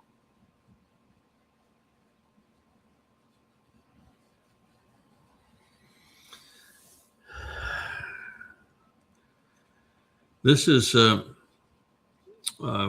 articulate on ICE. I'm certain that my fact checker over here is going to tell me that the guy that I'm advocating to give a sane assessment of ICE is also an anti-Semite, and I'm going to say, all right, so I'm out of people to actually give a sane assessment of any topic, but you can play this. He has a very sane assessment of ICE. 2 more people, one in Houston, one in Maine. This brings the total to 10 people that ICE has shot and killed since Trump came back into office. In addition, 50 people have died in ICE custody. Just because the TV cameras don't cover this, the news doesn't cover this like it was being covered when there was the big surge in Minneapolis, doesn't mean that it isn't still happening on a regular basis. ICE is out of control. They are murdering immigrants and American citizens, and there's no accountability. I want you to remember how we got here. Back in the spring, Democrats said, if you want our votes for ICE's budget, then there has to be accountability. There have to be reforms. We can't let this continue. But Republicans were so intent on giving ICE a blank check, on effectively endorsing ICE's brutality, that they rejected every single one of our reforms. And they used a special process in the Senate to pass a huge increase in ICE's budget with only Republican votes. And by the way, they weren't content to double or triple ICE's budget. They quadrupled ICE's budget. And so ICE, of course, with all this new money, they are hiring people who are incapable of doing the job, who aren't trained. Thus, ICE is out of control. There's no accountability at ICE. The officers who end up abusing and brutalizing immigrants that are not sanctioned, they're not reprimanded, they're celebrated. ICE's illegal behavior isn't any more acceptable today than it was back in the spring. Republicans eventually need to be held accountable for what they are doing to our immigrant population, to our cities, and to our nation. The only criticism I would have with that, I think he's articulate too, and I hope he's not another closet anti-Semite, but he's a Democrat, he probably is that ICE is not a function of what was known as the Republican Party. ICE are the brown shirts. It's a function of Der Fuhrer, of Donald Trump. And that, and it's in this present state, it is a function of Donald Trump. And it is MAGAs who support them, but it is Donald Trump that completely controls all of the MAGA senators and congressmen. And he controls them through fear, Machiavellian techniques. And the only thing I would say is that, yes, the Republican Party has been co-opted by Donald Trump and ruined by him and MAGAs. But accountability here is not so much Republican, Democrat, as it is we have Satan in the White House. That's bad. And no one's doing anything to fight that. No one, I mean, you have this whole idea of checks and balances, that this is what a Congress should be doing in their Congress and in their Senate, but no one is fighting back. No. No. No one's fighting back. They're all petrified him. When Fear. the Senate finally passed a War Powers Act against the president, he went in the next night and said no. He threatened them. Closed doors. right. He threatened to expose them, threatened to condemn them, threatened to whatever, and they all capitulated. The senators in this country have as much courage as the flag officers of the U.S. military. No character, no conviction. I mean, America is far worse than worthless now. Yeah. It's corrupt beyond salvation. All we're doing is at this point is you can change the music that the band is playing, but the ship that is America is sinking rapidly. But it wasn't an iceberg, wasn't an external force. Americans did this to themselves. All right, let's do one more. Yeah, Donald Trump raped me. Donald Trump is a convicted rapist. And let that sink in. The President of the United States is a convicted rapist. On top of that, he is a convicted felon. And the 3 trials that were postponed because he was elected president, and there was some court decision that a sitting president shouldn't be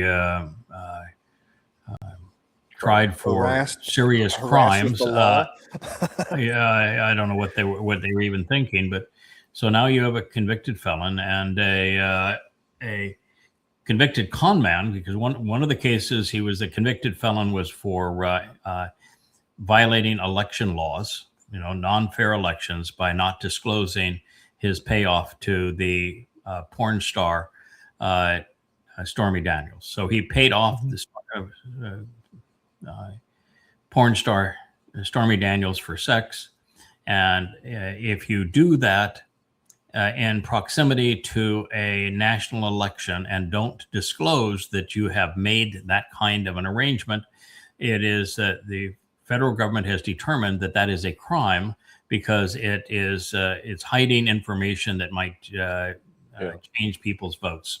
Election interference. Election interference. He was tried and convicted on election interference, and he lost. Then he was tried, and that was a felony. And then he was tried and convicted on misrepresenting his financial statements to banks for real estate deals. And he not only lost, but the loss was in the hundreds of millions of dollars was the penalty. And then he was tried twice on raping this woman, on Carol, twice and lost on both occasions.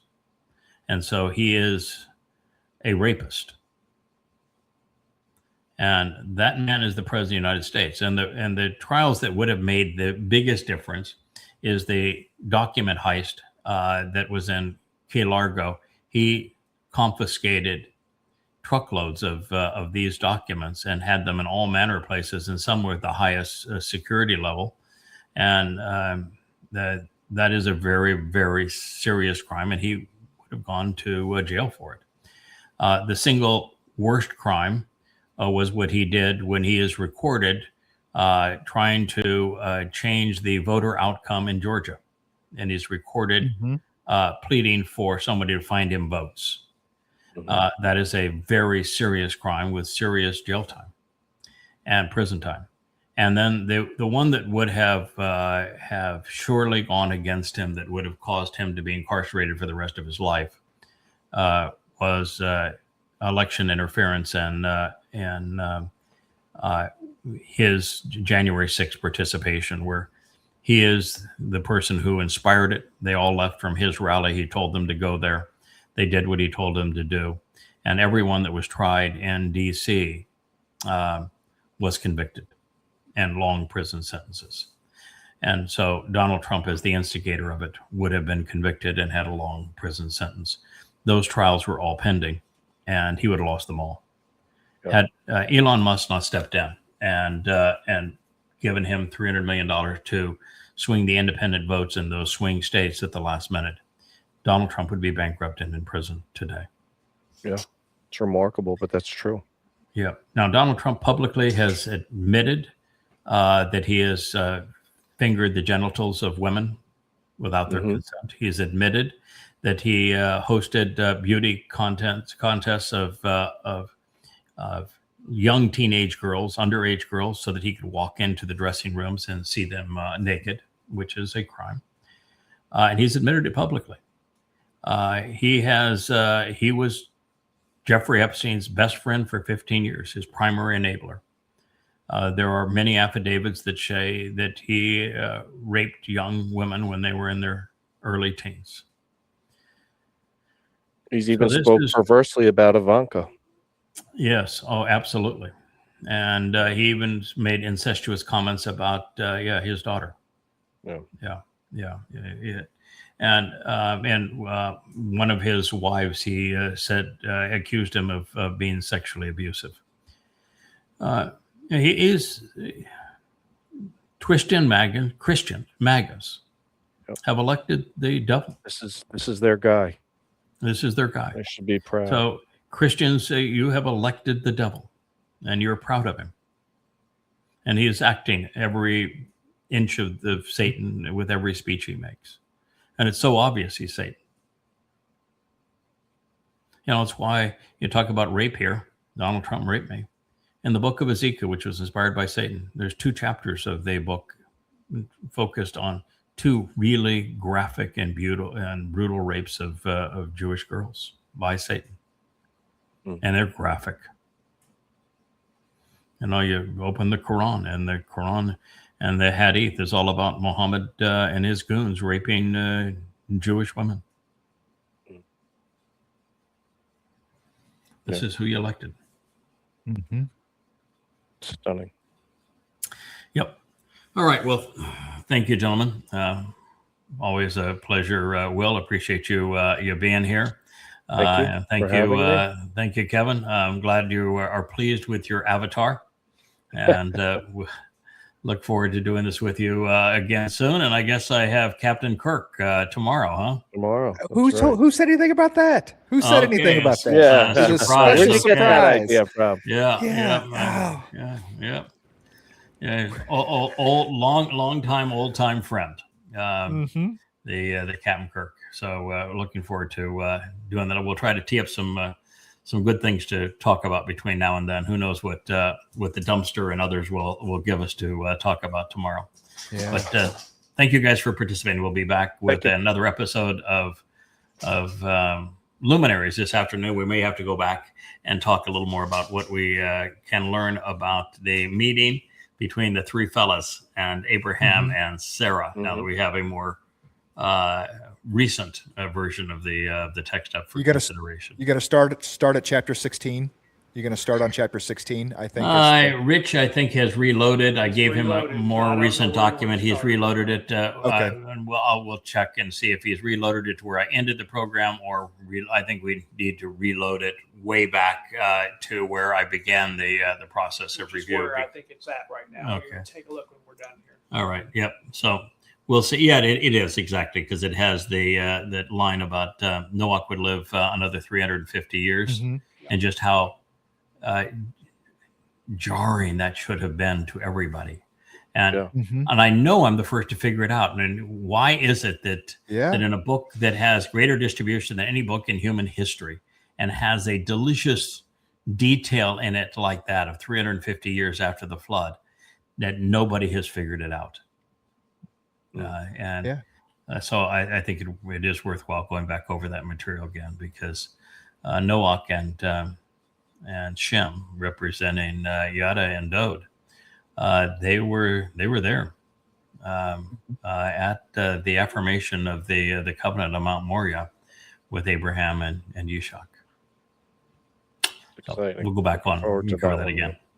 All right. Thank you, gentlemen. All right, guys. Talk again later. Bye. See you later. Hey there. Thanks for tuning in. That was Fetch. Gotta run now. Catch y'all on our next podcast.